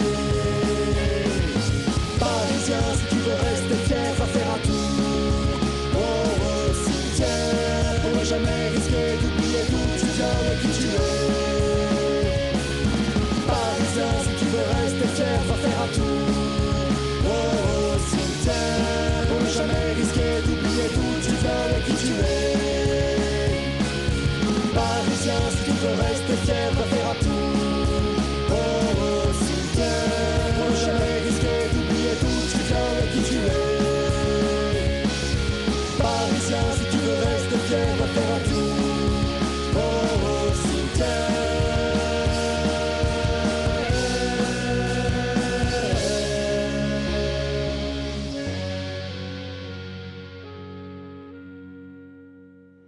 Radio Ici et Maintenant, 95.2 FM et sur internet, c'est ici et maintenant.com. Pour intervenir en direct à l'antenne, 08 92 23 95 20. Je répète pour vos questions en direct à l'antenne 08 92 23 95 20. Nous sommes toujours avec Jean-Paul Bourg et l'association Solidarité Kosovo. Alors j'ai une question à vous poser. En vous écoutant parler tout à l'heure du Kosovo, j'ai pas pu m'empêcher de penser à un événement, une guerre qui se passe en ce moment, en vous entendant parler de l'illégalité de cette opération au Kosovo, en vous entendant parler de la personnalité pour le moins louche des dirigeants et des gens qui sont finalement cautionnés par l'OTAN. Voilà, on ne peut pas s'empêcher de penser à ce qui se passe en ce moment en Libye, évidemment. Alors, est-ce que vous mettez ce qui s'est passé au Kosovo il y a 12 ans maintenant et ce qui se passe en Libye en ce moment sur le même plan? Et est-ce que, selon vous, ça découle de la même logique d'impérialisme américain? Alors, même si d'un point de vue historique, les racines ne sont pas les mêmes, c'est sûr et certain que c'est de l'impérialisme américain et aussi français. Il ne faut pas oublier. Enfin, Oui, français j'aime d'abord. j'aime beaucoup la France, mais pas forcément ceux qui la représentent. Bien sûr. Et quand on voit qu'on va jeter des bombes pareilles sur des écoles, sur des enfants, alors qu'il y a quelques années encore, Sarkozy et Kadhafi mangeaient du couscous ensemble sur les Champs-Élysées. Et là, maintenant, voilà, et on va les bombarder, ça n'a pas de sens, quoi. Mais attends, t'as BHL qui se pavane maintenant à l'instant, là, en Libye tout de suite, là. Il fait lever de la victoire. Alors Tripoli était pris par Al-Qaïda et les forces françaises, mais j'y crois pas, quoi. Pour faire une puissance musulmane extrémiste en plus, quoi. Donc, Marion? Je suis tout à fait d'accord avec ce qu'il en a dit. Bon, eh bien, le problème dont tu viens de dire, c'est la déclaration quasiment de guerre du Premier ministre, quoi. Hein, Ouais. ça ressemble à ça. Ah non? oui, c'est ça, hein, lui. On rappelle qu'il était, on va le rappeler encore, que Oh, bah oui, rappelons-le. le hein. grand chef de l'UCK, du mouvement terroriste albanais UCK. Dans le rapport de Dick Marty de l'Union européenne, vous pouvez voir le rapporteur, il le dit, et même les personnes sur place savent, c'est un ancien, c'est quelque chose qui est connu, quoi. Ça a pris du temps à filtrer parce que les médias sont aux mains de ceux qui jettent les bombes. Hein. Ils Ça, sont aux mains de c'est, ceux qui font l'histoire également, qui acceptent, qui font l'actualité. C'est aussi pour ça qu'on est aussi peu informés en France. Quoi. Mais lui, qui est l'ami de la France et des Américains, des Allemands, etc., bah, il a dit voilà, bah, je pars au nord et je vais reprendre cette frontière. Quoi. Donc, du Et coup, maintenant, on a les preuves grâce au. Excuse-moi, bon, lui, on l'aime pas trop, mais là, elle a fait. Tu l'as dit, Carla Del Ponte du TPI, après sa déclaration sur qu'il y avait des trafics d'organes faits par les Kosovars, les Albanais du Kosovo, a été mutée ailleurs. Oui, elle a été mutée, exilée en Argentine. Donc, je pense que c'est suffisamment loin pour qu'on comprenne que le problème qu'elle soulevait posait justement problème. Quoi, que, Mais tu as le Conseil de la l'Europe, question, qu'on n'aime pas trop posait non plus, problème. mais qui quand même lance une enquête maintenant. Oui. Oui, enfin 5 ans plus Bon, tard ou oui, quelques oui, années mais plus bon, tard. mais Je veux ça- dire, Carla elle Del a le temps Ponte, de se réveiller. pareil, a fait de la traque de Serbes. Il faut le savoir aussi. Hein, elle a fait de la traque de Serbes. C'est ce qu'il a fait vivre pendant Tu longtemps. parles de qui de Carla Del Ponte. Pendant D'accord. très longtemps, elle a cherché Bien dans les. sûr, Elle, elle, des elle traquait criminels les Serbes et serbes. tout. Il y avait que ça, hein. Et ça devrait. C'est l'obsession. Hein. Ça devrait ouvrir nos yeux. Pourquoi est-ce que cette personne qui a traqué les Serbes pendant si longtemps, au bout d'un moment, elle commence à dire mais attendez, mais là c'est le contraire de ce que je pensais. Complètement. Je sais le On contraire. renverse. Et donc, Encore une fois, on son renverse. témoignage est Mais quand t'as même affaire à digne de foi. des quoi, mecs donc, lobotomisés sur ce qui écoutent sujet-là. les infos dont tu parles. Ils sont lobotomisés, ils vont rien renverser du tout. Ah non, Ils parce vont que- ils vont être chloroformés par ce qu'on leur dit. Ils vont zapper l'info. Ouais. Ok. On a Aurélien. Aurélien au téléphone. Bonsoir Aurélien.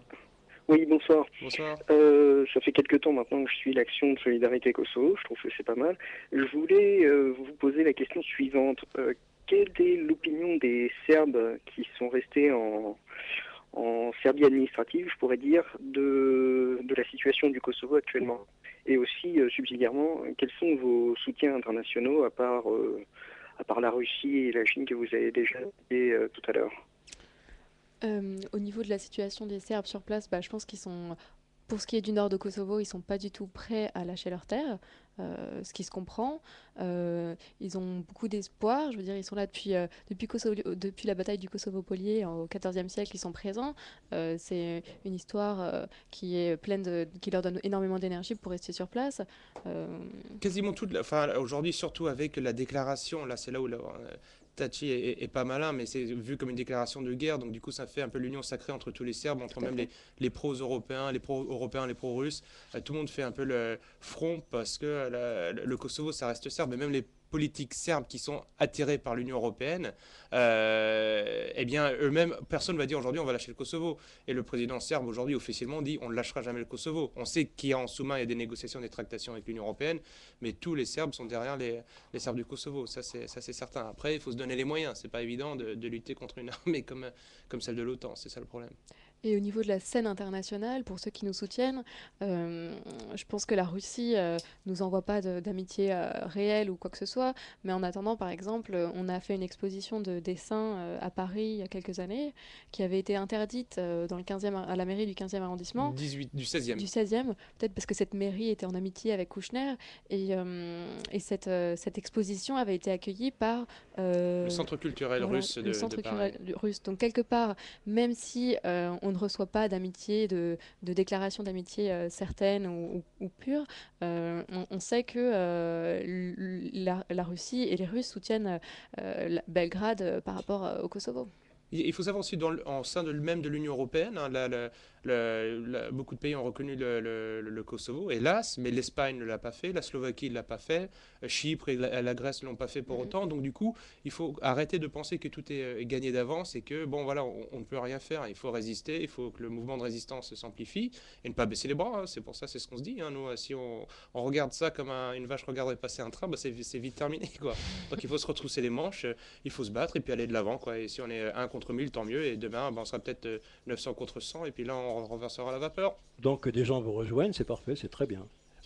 Non seulement les gens nous rejoignent, les gens ouvrent de plus en plus les yeux, on le voit, et puis quand on voit les images, quand on raconte ce qu'on fait, on vous remercie beaucoup, on remercie beaucoup la radio ici et maintenant qui nous donne l'occasion de nous exprimer, eh bien les gens disent bah, c'est vrai, on peut faire quelque chose. Ce sont toutes ces petites pierres, et nous quand on arrive au Kosovo, on apporte toutes ces petites pierres, bah, mine de rien toutes ces petites pierres, ça nous a permis de monter un centre avec un permanent sur place qui recense tous les besoins, et nous apportons des ordinateurs, des vêtements, nous apportons sur place des tatamis pour les clubs de judo, et ça, ce sont toutes ces petites pierres que bah, tous les petits donateurs nous ont donné. Quoi. Ils pensent, bah, je te donne 15 euros, 20 euros, 5 euros même. Bah oui, mais tout ça ensemble, ça nous permet de faire de belles choses sur place. Et ça encourage les personnes à se dire, ils se disent, on n'est pas abandonné. Maintenant, ça n'empêche pas que le Kosovo, plus qu'aux 3/4, on va dire à combien, par rapport aux enclaves, ça fait quoi? Ça fait, pour les Albanais l'occupation par les musulmans albanais, ça fait combien en pourcentage? On va dire entre 90-92%. Ouais. Génial, quoi. Ouais. Ça s'appelle une épuration, hein, désolé. Hein. Ah oui, surtout Une quand substitution de population et l'épuration. Les Ottomans, quand ils sont arrivés en 1389, ils ont fait ce qu'on appelle un defter. C'est une espèce de recensement. Enfin, c'est un recensement. Il y avait 2% d'Albanais. Mais nous, ce qu'on dit aujourd'hui, c'est que les 2% d'Albanais de 1389 sont devenus 90% en 2011. Et il n'y a aucune raison qui empêcherait les 10% de Serbes de 2011 à devenir de nouveau 90%, 99%. Merci Aurélien pour ton appel.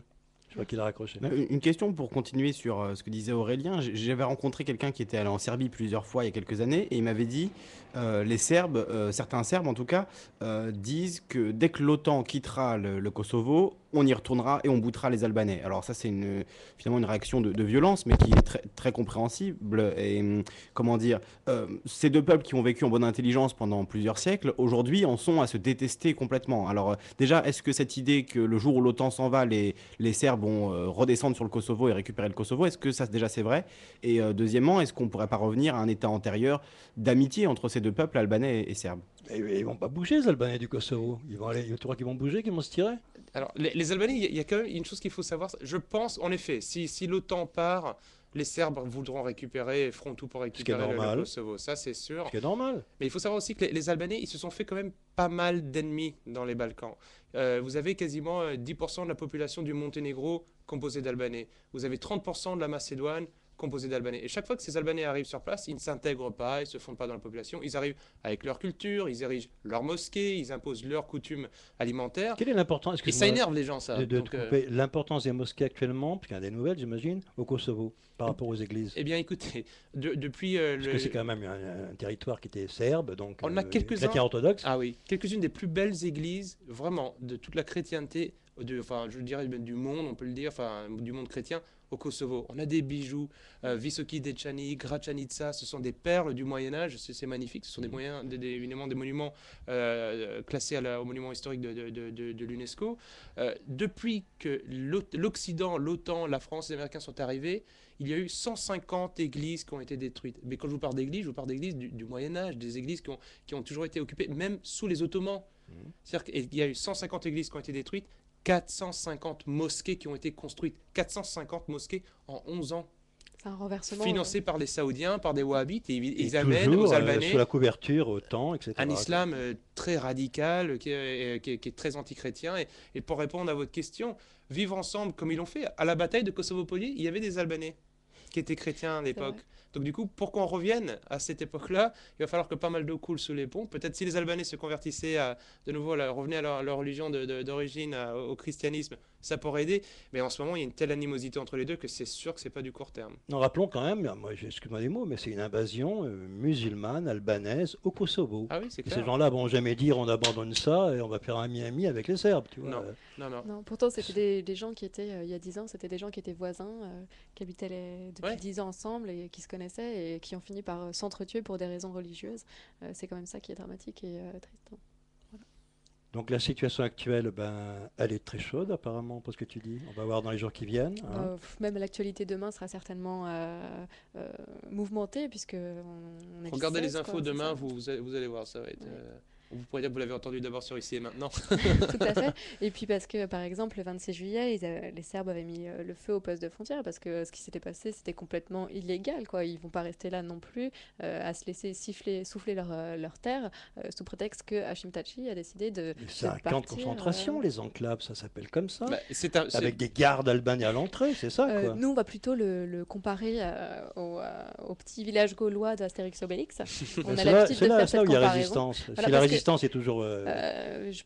voilà, ça m'embête de faire cette référence au camp de concentration, mais parce que quelque part dans ces petites concentrationnaire, je veux dire, on va voilà. dire dans enfermé. ces petites enclaves gauloises, les gens ils savent qu'ils sont là. Pourquoi est-ce qu'ils sont là? Et puis ils sont là aussi également pour se défendre. Ils sont pas soumis, ils se laissent pas vivre, Ça, ils c'est sont bien. conscients de tout ça, quoi. Je veux dire, en France, on a Leur énormément de mémoire n'a pas problèmes. disparu, leur Non. identité non plus. Ils Exactement. savent vraiment qui Tout ils à sont fait. et d'où ils viennent. Et Ça, c'est c'est pas comme en important. France Parce qu'on où ne les sait plus jeunes ici, se hein. laissent vivre. C'est Hein, clair. voilà, la différence. Non, c'est beau. Donc c'est un exemple pour nous. Quand on revient de là-bas, on apprend des leçons, vous savez. On leçons rentre, je vous dis, d'humanité. d'un côté, on leur apporte des biens et tout, mais ils nous apportent une richesse de choses qu'on a oubliées. Je vous disais cette histoire de Marion tout à l'heure, de la famille qui n'a rien, qui vous invite à dormir sous le toit. Enfin, c'est inimaginable ça en France aujourd'hui. C'est ça. Donc, De voilà. donner sans compter et sans réserve, quoi. C'est Des très belles valeurs, on Ouais. devrait s'en inspirer, pas les bombarder, ça c'est clair.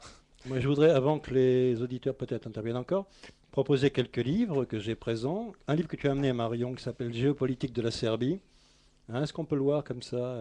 Oui, la caméra, elle est... Waouh, j'ai du mal à Voilà. caler les bouquins. Voilà, on le voit bien. Ouais. Je vais rappeler pendant Avec ce temps une carte. le numéro du standard, peut-être pour les auditeurs qui souhaitent peux le nous faire, appeler. 08 92 23 95 20. Je répète, pour intervenir en direct à l'antenne et poser vos questions, 08 92 23 95 20. Donc, édition Ellipse. oui. Hein, Alors, je connais pas l'auteur, Alexis Troude. Alexis Troude, oui. Ouais. Troude. En revanche, je peux vous parler du livre. Donc, quand je suis arrivée en tant que présidente de l'association, ou même quand j'ai commencé à m'engager dans l'association, je connaissais pas du tout l'histoire de la Serbie. En revanche, je connaissais l'actualité, ce qui s'y passait, et ça me paraissait abominable. Mais je pense que je pouvais pas m'engager si je connaissais pas l'histoire et si, pour moi, tout ça, on aurait très bien pu me mentir, quoi, comme Bien sûr. comme ce qui est Bien en train de sûr. se faire avec l'actualité. Donc, je préférais m'informer.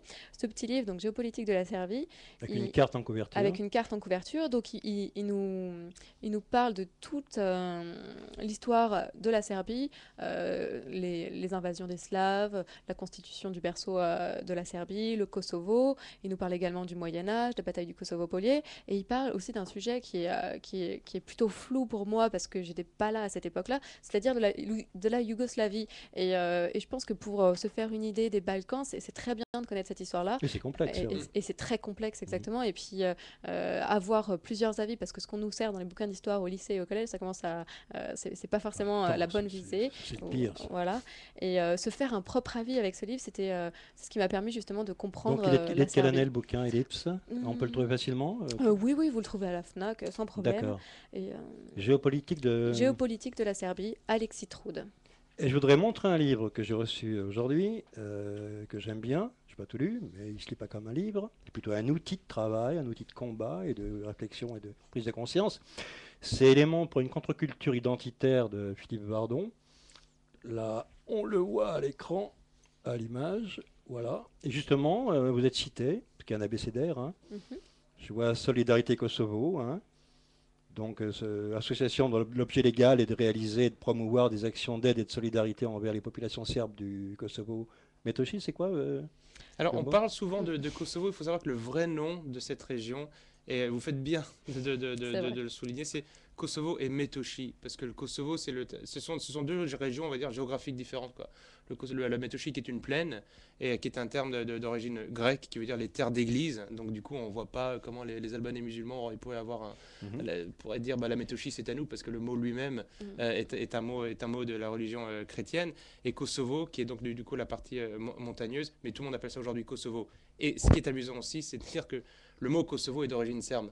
Donc c'est-à-dire que les Albanais disent que c'est ils disent que Alors, c'est leur terre. quelle est la traduction du mot Kosovo Kos, c'est le merle. dans cette chanson des mers, Donc, c'est du ça. coup, et Kos, et donc Chant comme Ovo, un- quand on comme un rajoute chant, là, quoi. ça veut dire qui appartient au maire. Donc du coup, Mhm. Kosovo Polis, ça veut dire le chant qui appartient, le chant des Alors, merles. dans le livre de Vardon, quelques lignes de plus à votre sujet.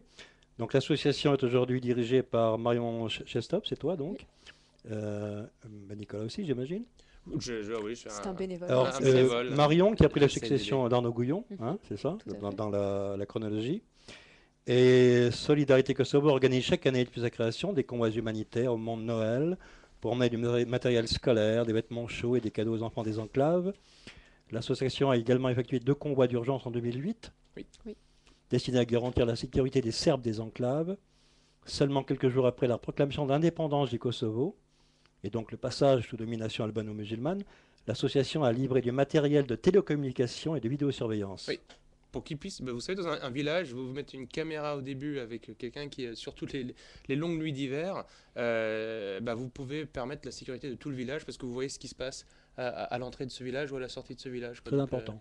Ah oui, on a réussi à amener pour plus de... C'est pas une arme qui tue, mais c'est un moyen de prévenir. Des d'être- yeux. Protection. Comme ça le pensent évite. certains en Afrique du Sud aussi aujourd'hui. Quand on on a va pas peur, faire, tu vois, on a besoin d'être connecté avec la ferme d'à côté. Il ce qui faut se passe. regarder, il faut avoir des yeux partout. Vous savez, l'ennemi est sournois. Et là, on leur a porté des yeux. L'université de Kosovska Mitrovica est aujourd'hui protégée par des caméras qu'on a apportées. Plusieurs enclaves utilisent le matériel de communication qu'on a apporté. On est assez fiers de le dire qu'on les aide dans ces domaines-là. Et Philippe Vardon poursuite. Depuis 2004, l'équipe de Solidarité Kosovo s'engage, prend des risques et aide sans relâche les enfants et les parents de cette terre martyre. Donc par son action, Solidarité Kosovo donne corps à l'idée de fraternité européenne. Alors là, il y a une adresse qui n'est peut-être pas la bonne, je ne sais pas, solidarité-kosovo.com. C'est bon toujours? Oui, on préfère Solidarité Trade Union. C'est l'ancienne adresse. Solidarité Trade Union Kosovo.org.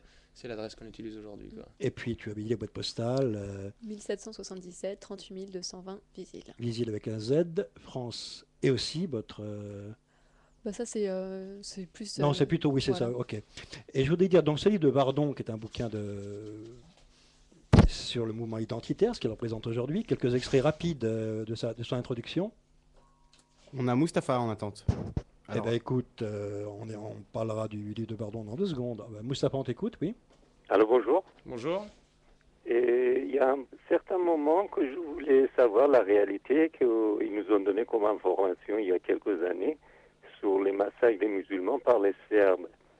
Et je voulais que vous en parlez pour m'éclaircir un petit peu qu'est-ce qui s'est passé exactement.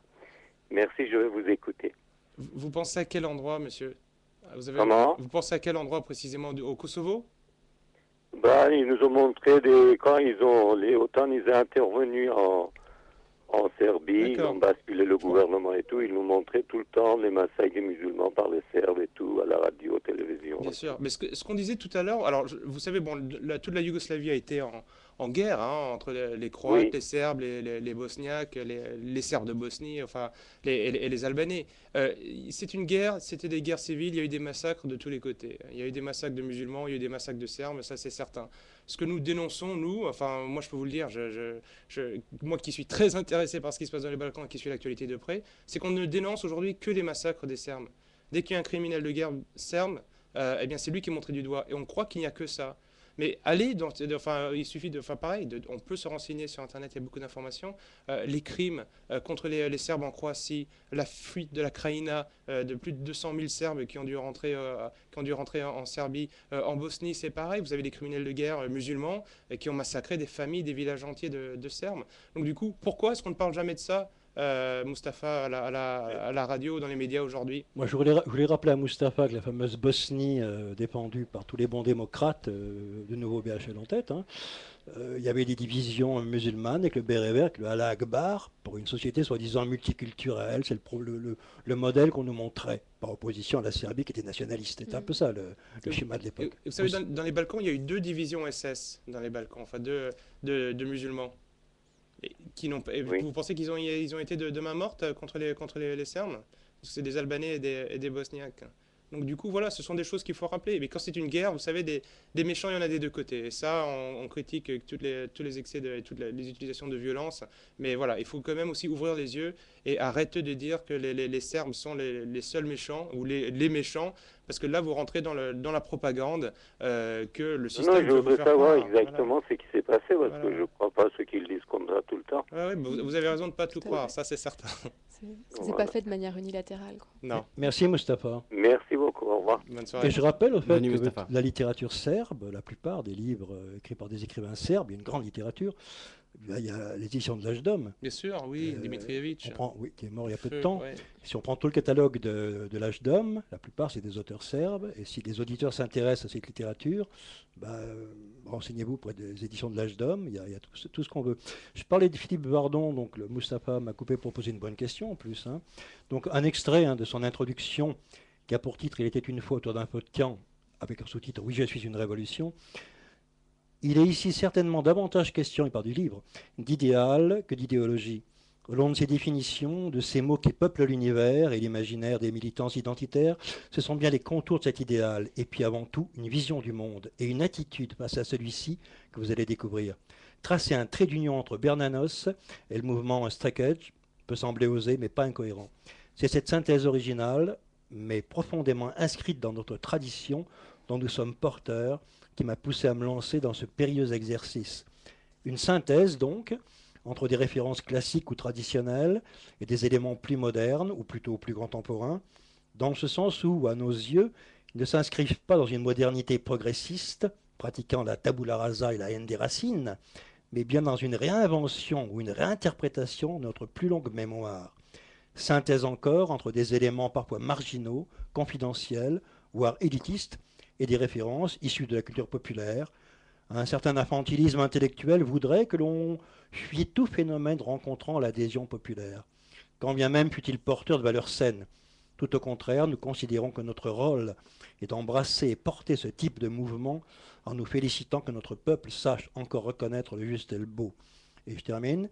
Cette contre-culture, c'est le titre du livre, que nous présentons ne vaut rien si elle n'est pas aussi le ciment d'une communauté vivante, témoignage de notre idéal et de nos valeurs. Ne nous trompons pas, il n'est pas ici question d'encenser des collectionneurs de disques, des poseurs ou des spécialistes de la citation d'auteurs, politiquement incorrects en milieu mondain. Cette contre-culture doit s'incarner, s'authentifier dans la vie, dans l'action. Je n'évoque pas dans ces pages un musée de la rébellion, mais bien le ferment d'une contre-société, apte à constituer une alternative solide et à remplacer le système malade et suicidaire dans lequel nous tentons de survivre. Notre contre-culture doit être le roc sur lequel bâtir nos îlots de liberté et d'identité. Bon, il cite là Jean Raspail, l'un des grands guides de cet abécédaire, dont on retrouve figure incontournable comme Dominique Vénère aussi.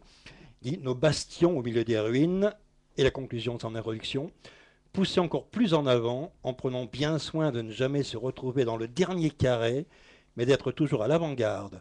Ce devrait être la stratégie première de toute force politique authentiquement alternative. C'est, je crois, le choix qu'ont fait les révolutionnaires identitaires depuis 2002.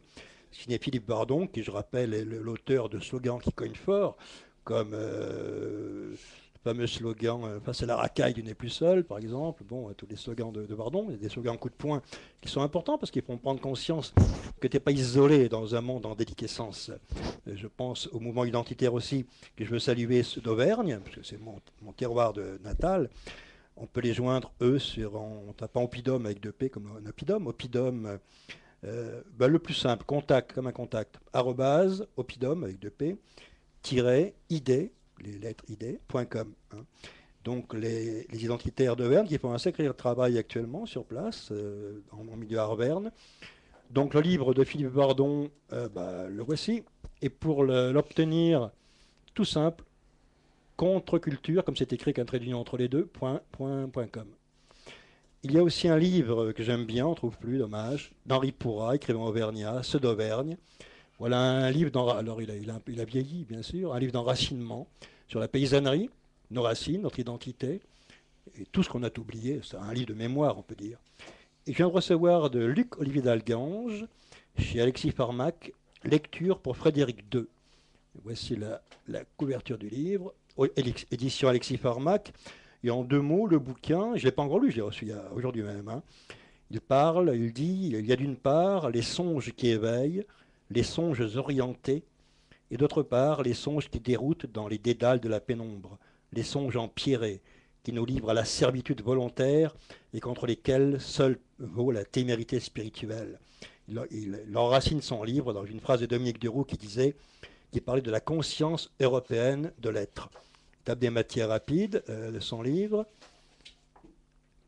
Hypnosophie de l'Europe, note sur le fondamentalisme démocratique, méditation impériale pour Fernand Pessoa, hommage à Stéphane Georges et éloge de la témérité spirituelle. Ça, c'est Luc-Olivier Dalgange, lecture pour Frédéric II, dialogue, on va dire, comme un songe, mais d'éveil, et qui appartient aussi au même combat sous une autre forme. On rappelle bien sûr la géopolitique de la Serbie, dont a parlé Marion, important pour comprendre les phénomènes aujourd'hui. Vous auriez d'autres éléments à ajouter sur ce qui se passe? On a encore... bon, oui, il nous reste... On a 2 auditeurs en attente. Ah, on les prend, d'accord. On va commencer par Faisal. Salut Faisal. Oui, bonsoir. Bonsoir. Très intéressant ce soir sur Très intéressant les commentaires. Franchement, c'est bien. Merci. Ta question, Faisal? Oui. Sur un seul sujet, je voudrais vraiment qu'on va au-delà des choses. J'ai vu le film Résolution 819. J'ai pas compris le titre du film, est-ce que vous pouvez répéter? Résolution 819. D'accord, merci. Donc avec Benoît Magimel, il est connu comme acteur français. Donc il s'agit de ce qui s'est passé en Yougoslavie. Et, entre les Bosniaques, les Serbes, les Croates. Comme il reste peu de temps, tu veux formuler très vite, synthétiser, excuse-moi, Faisal, ta question, ce serait plus sympa qu'il puisse répondre. Ben oui, le conflit, il se passe au bord, si vous voulez, pour résumer, entre l'Europe chrétienne et l'Europe orientale musulmane. Voilà. Il y a une fracture qui est là, oui, bien sûr. Voilà, donc... ta question, c'est quoi? À Marion et à Nicolas, ta question, c'est quoi? Ma question, très simple. Pourquoi peser de tout son propos pour dire que la ligne de fracture, elle est là, et puis... non, c'est moi qui viens de le dire, c'est pas eux. D'accord. Ok, bon, voilà. Et puis, tout reposer sur ce propos, sur cette idée de fracture, alors que l'Europe, elle est au moins, elle est reconnue par toi-même être au moins deux choses, deux entités. C'est-à-dire musulmane et... Ah bon, l'Europe est musulmane, c'est nouveau ça, tiens. Elle est bonne celle-là. Ils ont passé leur temps à la conquérir depuis des décennies, des millénaires. Non. Est-ce que vous pouvez nous préciser votre question qu'elle repose. Oui, Faisal, est-ce que tu peux poser une question claire? Non, mais je suis d'accord avec Sarkozy quand il dit enfin pas Sarkozy, c'est pas qu'il... vote pour lui, ça va. Il y a des racines chrétiennes. Ça, c'est sûr et certain. Je suis pas en train de dire que même... Est-ce que tu peux en venir au fait, Faisal? Ta question, on a très peu de temps, Faisal, s'il te plaît. Parce qu'il y a Jean-Claude qui est en attente aussi et il aimerait bien poser une question lui aussi. Jean-Claude, qui vient après toi. Allez, Faisal, tu peux y arriver. Non, mais ce que je voulais dire, c'est un... Bon, tu voulais dire que l'Europe était à la fois musulmane et chrétienne, c'est ce que tu veux dire? Son identité, c'est ça? Oui, c'est ça. Oui, j'ai compris ça. C'est fou. Excuse-moi, Marion et Nicolas, j'ai passé à vous de répondre. Non, je pense que vous avez raison sur ce point-là. On le voit bien sur l'histoire du Kosovo et sur l'histoire de la Serbie. A priori, tout ce qui s'est fait au niveau du Kosovo, c'est fait par la force et par la violence. Donc effectivement, les dhimmis étaient autorisés. Le principe de la dhimmitude était autorisé pour les Serbes qui n'étaient pas convertis. Mais en attendant, ils n'avaient aucun droit. Donc, je veux dire, est-ce qu'on peut tolérer ça? Et elle était en Espagne, elle était en Italie. Cette conception de sous-humain, elle y était partout. Et tu trouves ça normal?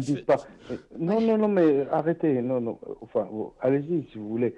Mais ces considérations humaines, elles existent pour toutes les religions. Mais pas des citoyens de seconde zone fait ça. Là, le problème du Kosovo, même que de la présence de l'Empire ottoman et de l'islam dans les Balkans, c'est que soit vous convertissez à l'islam et vous avez des droits, soit vous gardez votre religion chrétienne et vous devenez un esclave, ou vous devenez un chien. Pourquoi ça n'a pas existé avant ça? C'est pas une récupération de ce qui se passait par exemple en Espagne. L'islam a toujours fait ça, oui, bien sûr. Bah oui, je suis chanteur mais en Espagne, il y a eu la Reconquista, heureusement. Oui, effectivement, ça s'est passé en Italie, en Espagne, comme tu dis. Sauf qu'en revanche, nous, notre sujet d'intérêt, c'est le Kosovo, et c'est sur ça qu'on parle à l'heure actuelle. Le Kosovo, de quoi Bon, laisse tomber, Faisal, tu vas pas nous convaincre. On a bien compris ce que tu voulais dire à mot à peine couvert, tout compte fait. Merci de ton appel. Non, mais il n'y a rien de... Non, mais il ne faut pas me juger... tu me dis que les racines de l'Europe sont à la fois musulmanes et chrétiennes, je rigole, je suis désolé, voilà, c'est tout. Elles sont aussi juives. Hein, elles sont aussi martiennes, elles sont d'accord. On a des martiens ici aussi. Elles sont avant toutes juives dans ce cas-là. Allez, ciao, Faisal. On a Jean-Claude derrière toi, ça va bien. On a peu de temps, on a peu de temps d'antenne. On a plus beaucoup de temps, effectivement. J'ajoute juste au passage que le film dont parlait Faisal, Résolution 819, c'est un téléfilm qui est sorti en 2009 et qui est sorti en DVD en 2009 et qui parle donc du massacre de Srebrenica. Voilà. Pour être très clair. On va accueillir Jean-Claude à présent. Salut Jean-Claude. Oui, bonsoir. Bonsoir. Je voulais dire toute mon admiration à Solidarité Kosovo. Merci beaucoup. Dont je suis donateur depuis pas mal d'années maintenant. Merci. Et j'en suis très fier. Alors une question en revanche. Je suis assez choqué que la Serbie, en dehors du Kosovo, livre actuellement ses défenseurs au tribunal pénal international. On se retrouverait en 1945 où le grand résistant royaliste a été exécuté par Tito et livré par les Anglais avant. Voilà. Je pense que vous connaissez les raisons de cette livraison. Oui. La Serbie souhaite une place au sein de l'Union européenne. C'est scandaleux de se vendre. Voilà. C'est sûr, ça c'est sûr. Et elle se vend un peu d'une manière, après c'est dommage et c'est mal vu. Hein. Si je peux vous rassurer, il y a vraiment une dichotomie entre les gouverneurs, enfin ceux qui gouvernent la Serbie et le peuple. Malheureusement, le pouvoir, ils arrivent à le garder. C'est l'appât du gain, l'appât de l'argent. Ils pensent que la rentrée dans l'Union européenne, ça va être la vie facile. Et il suffit de regarder ce qui se passe en Grèce pour savoir que c'est pas le cas. Donc du coup, ça on est d'accord pour dire on livre pas ses héros, ça c'est certain. Tout à fait. Et ça se voit aussi entre ce qui est en train de se passer avec Angela Merkel. Comme quoi, a priori, maintenant, pour pouvoir adhérer à l'UE, la Serbie serait également obligée justement de retirer toutes les institutions qui sont dites parallèles au Kosovo, mais qui ont été légitimement mises en place par le peuple serbe. Donc effectivement, la Serbie n'est pas prête à vendre certaines parties, mais... Ils sont tenus, vous savez, le nouvel ordre mondial, il se met en place, ils ont leur vaquet, ils ont leur réseau de négociation, discussion, et là, malheureusement, même la Serbie qui résiste héroïquement, au bout d'un moment, et vous avez quand même le chant des sirènes, vous êtes un peu amadoué, séduit par ces discours sur l'entrée dans l'Union européenne, et voilà, donc ils font des... On va dire qu'on est les dhimmis de l'ordre mondial, quoi. On peut le dire, et on voit, le problème c'est qu'on voit aussi les résultats de ce nouvel ordre mondial. Hein. Si il avait apporté la paix dans les Balkans, ça se saurait. Mais non, leur but, c'est pas celui-là. Non. On serait trop long de définir. Il y aura encore une autre émission à faire là-dessus. En tout cas, merci Jean-Claude de nous Merci aider. à vous deux, franchement, d'être venus. Hein. On va rappeler une dernière fois le contact pour vous joindre. Alors, Solidarité Kosovo, boîte postale 1777, 38 220 Visil, ou sur www.solidaritékosovo-kosovo.org. kosovo.org. Vous pouvez nous faire tous vos dons et puis surtout on tenait à vous remercier de nous avoir reçus tout au nom de l'association. Mais et ça me puis, fait plaisir à de moi tous les aussi. Serbes du Merci Kosovo. beaucoup, Jean-Paul. Que c'est un même combat. Et un morceau que tu as calé, Marion, c'est quoi le prochain? On va terminer avec celui-là. Je crois que ça se prononce Oi Kosovo. Ce qui veut dire C'est une... Allez, Nicolas. Au Kosovo. Voilà, au Kosovo. C'est un hommage au Kosovo. serbe. Exactement, Voilà, quoi. tout à fait. On appelle au Kosovo. D'accord. C'est traditionnel? C'est traditionnel? Oui, c'est traditionnel, oui. D'accord, ok. On va se quitter là-dessus. Et merci de votre présence, vraiment. Merci à Et vous. à toi aussi, Alban, qu'on n'a pas entendu, de Hôtel Stella, qui est juste à côté. Merci à tous. Merci. Radio Ici et Maintenant 95.2 FM et sur internet ici et maintenant.com.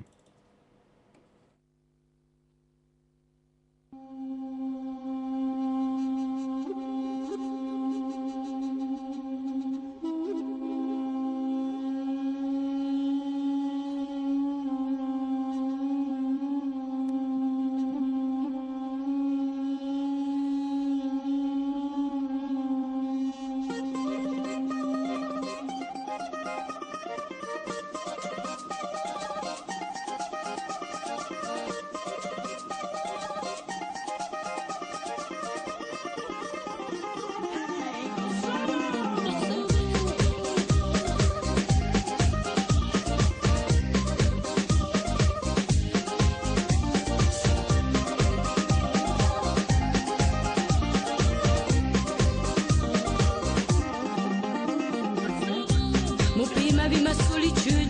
Je suis loin de toi par habitude. J'ai envie de te retrouver enfin, d'avoir ces sensations de parfum. Mon pays, ma sueur, ma passion. Viens à moi, je te reviens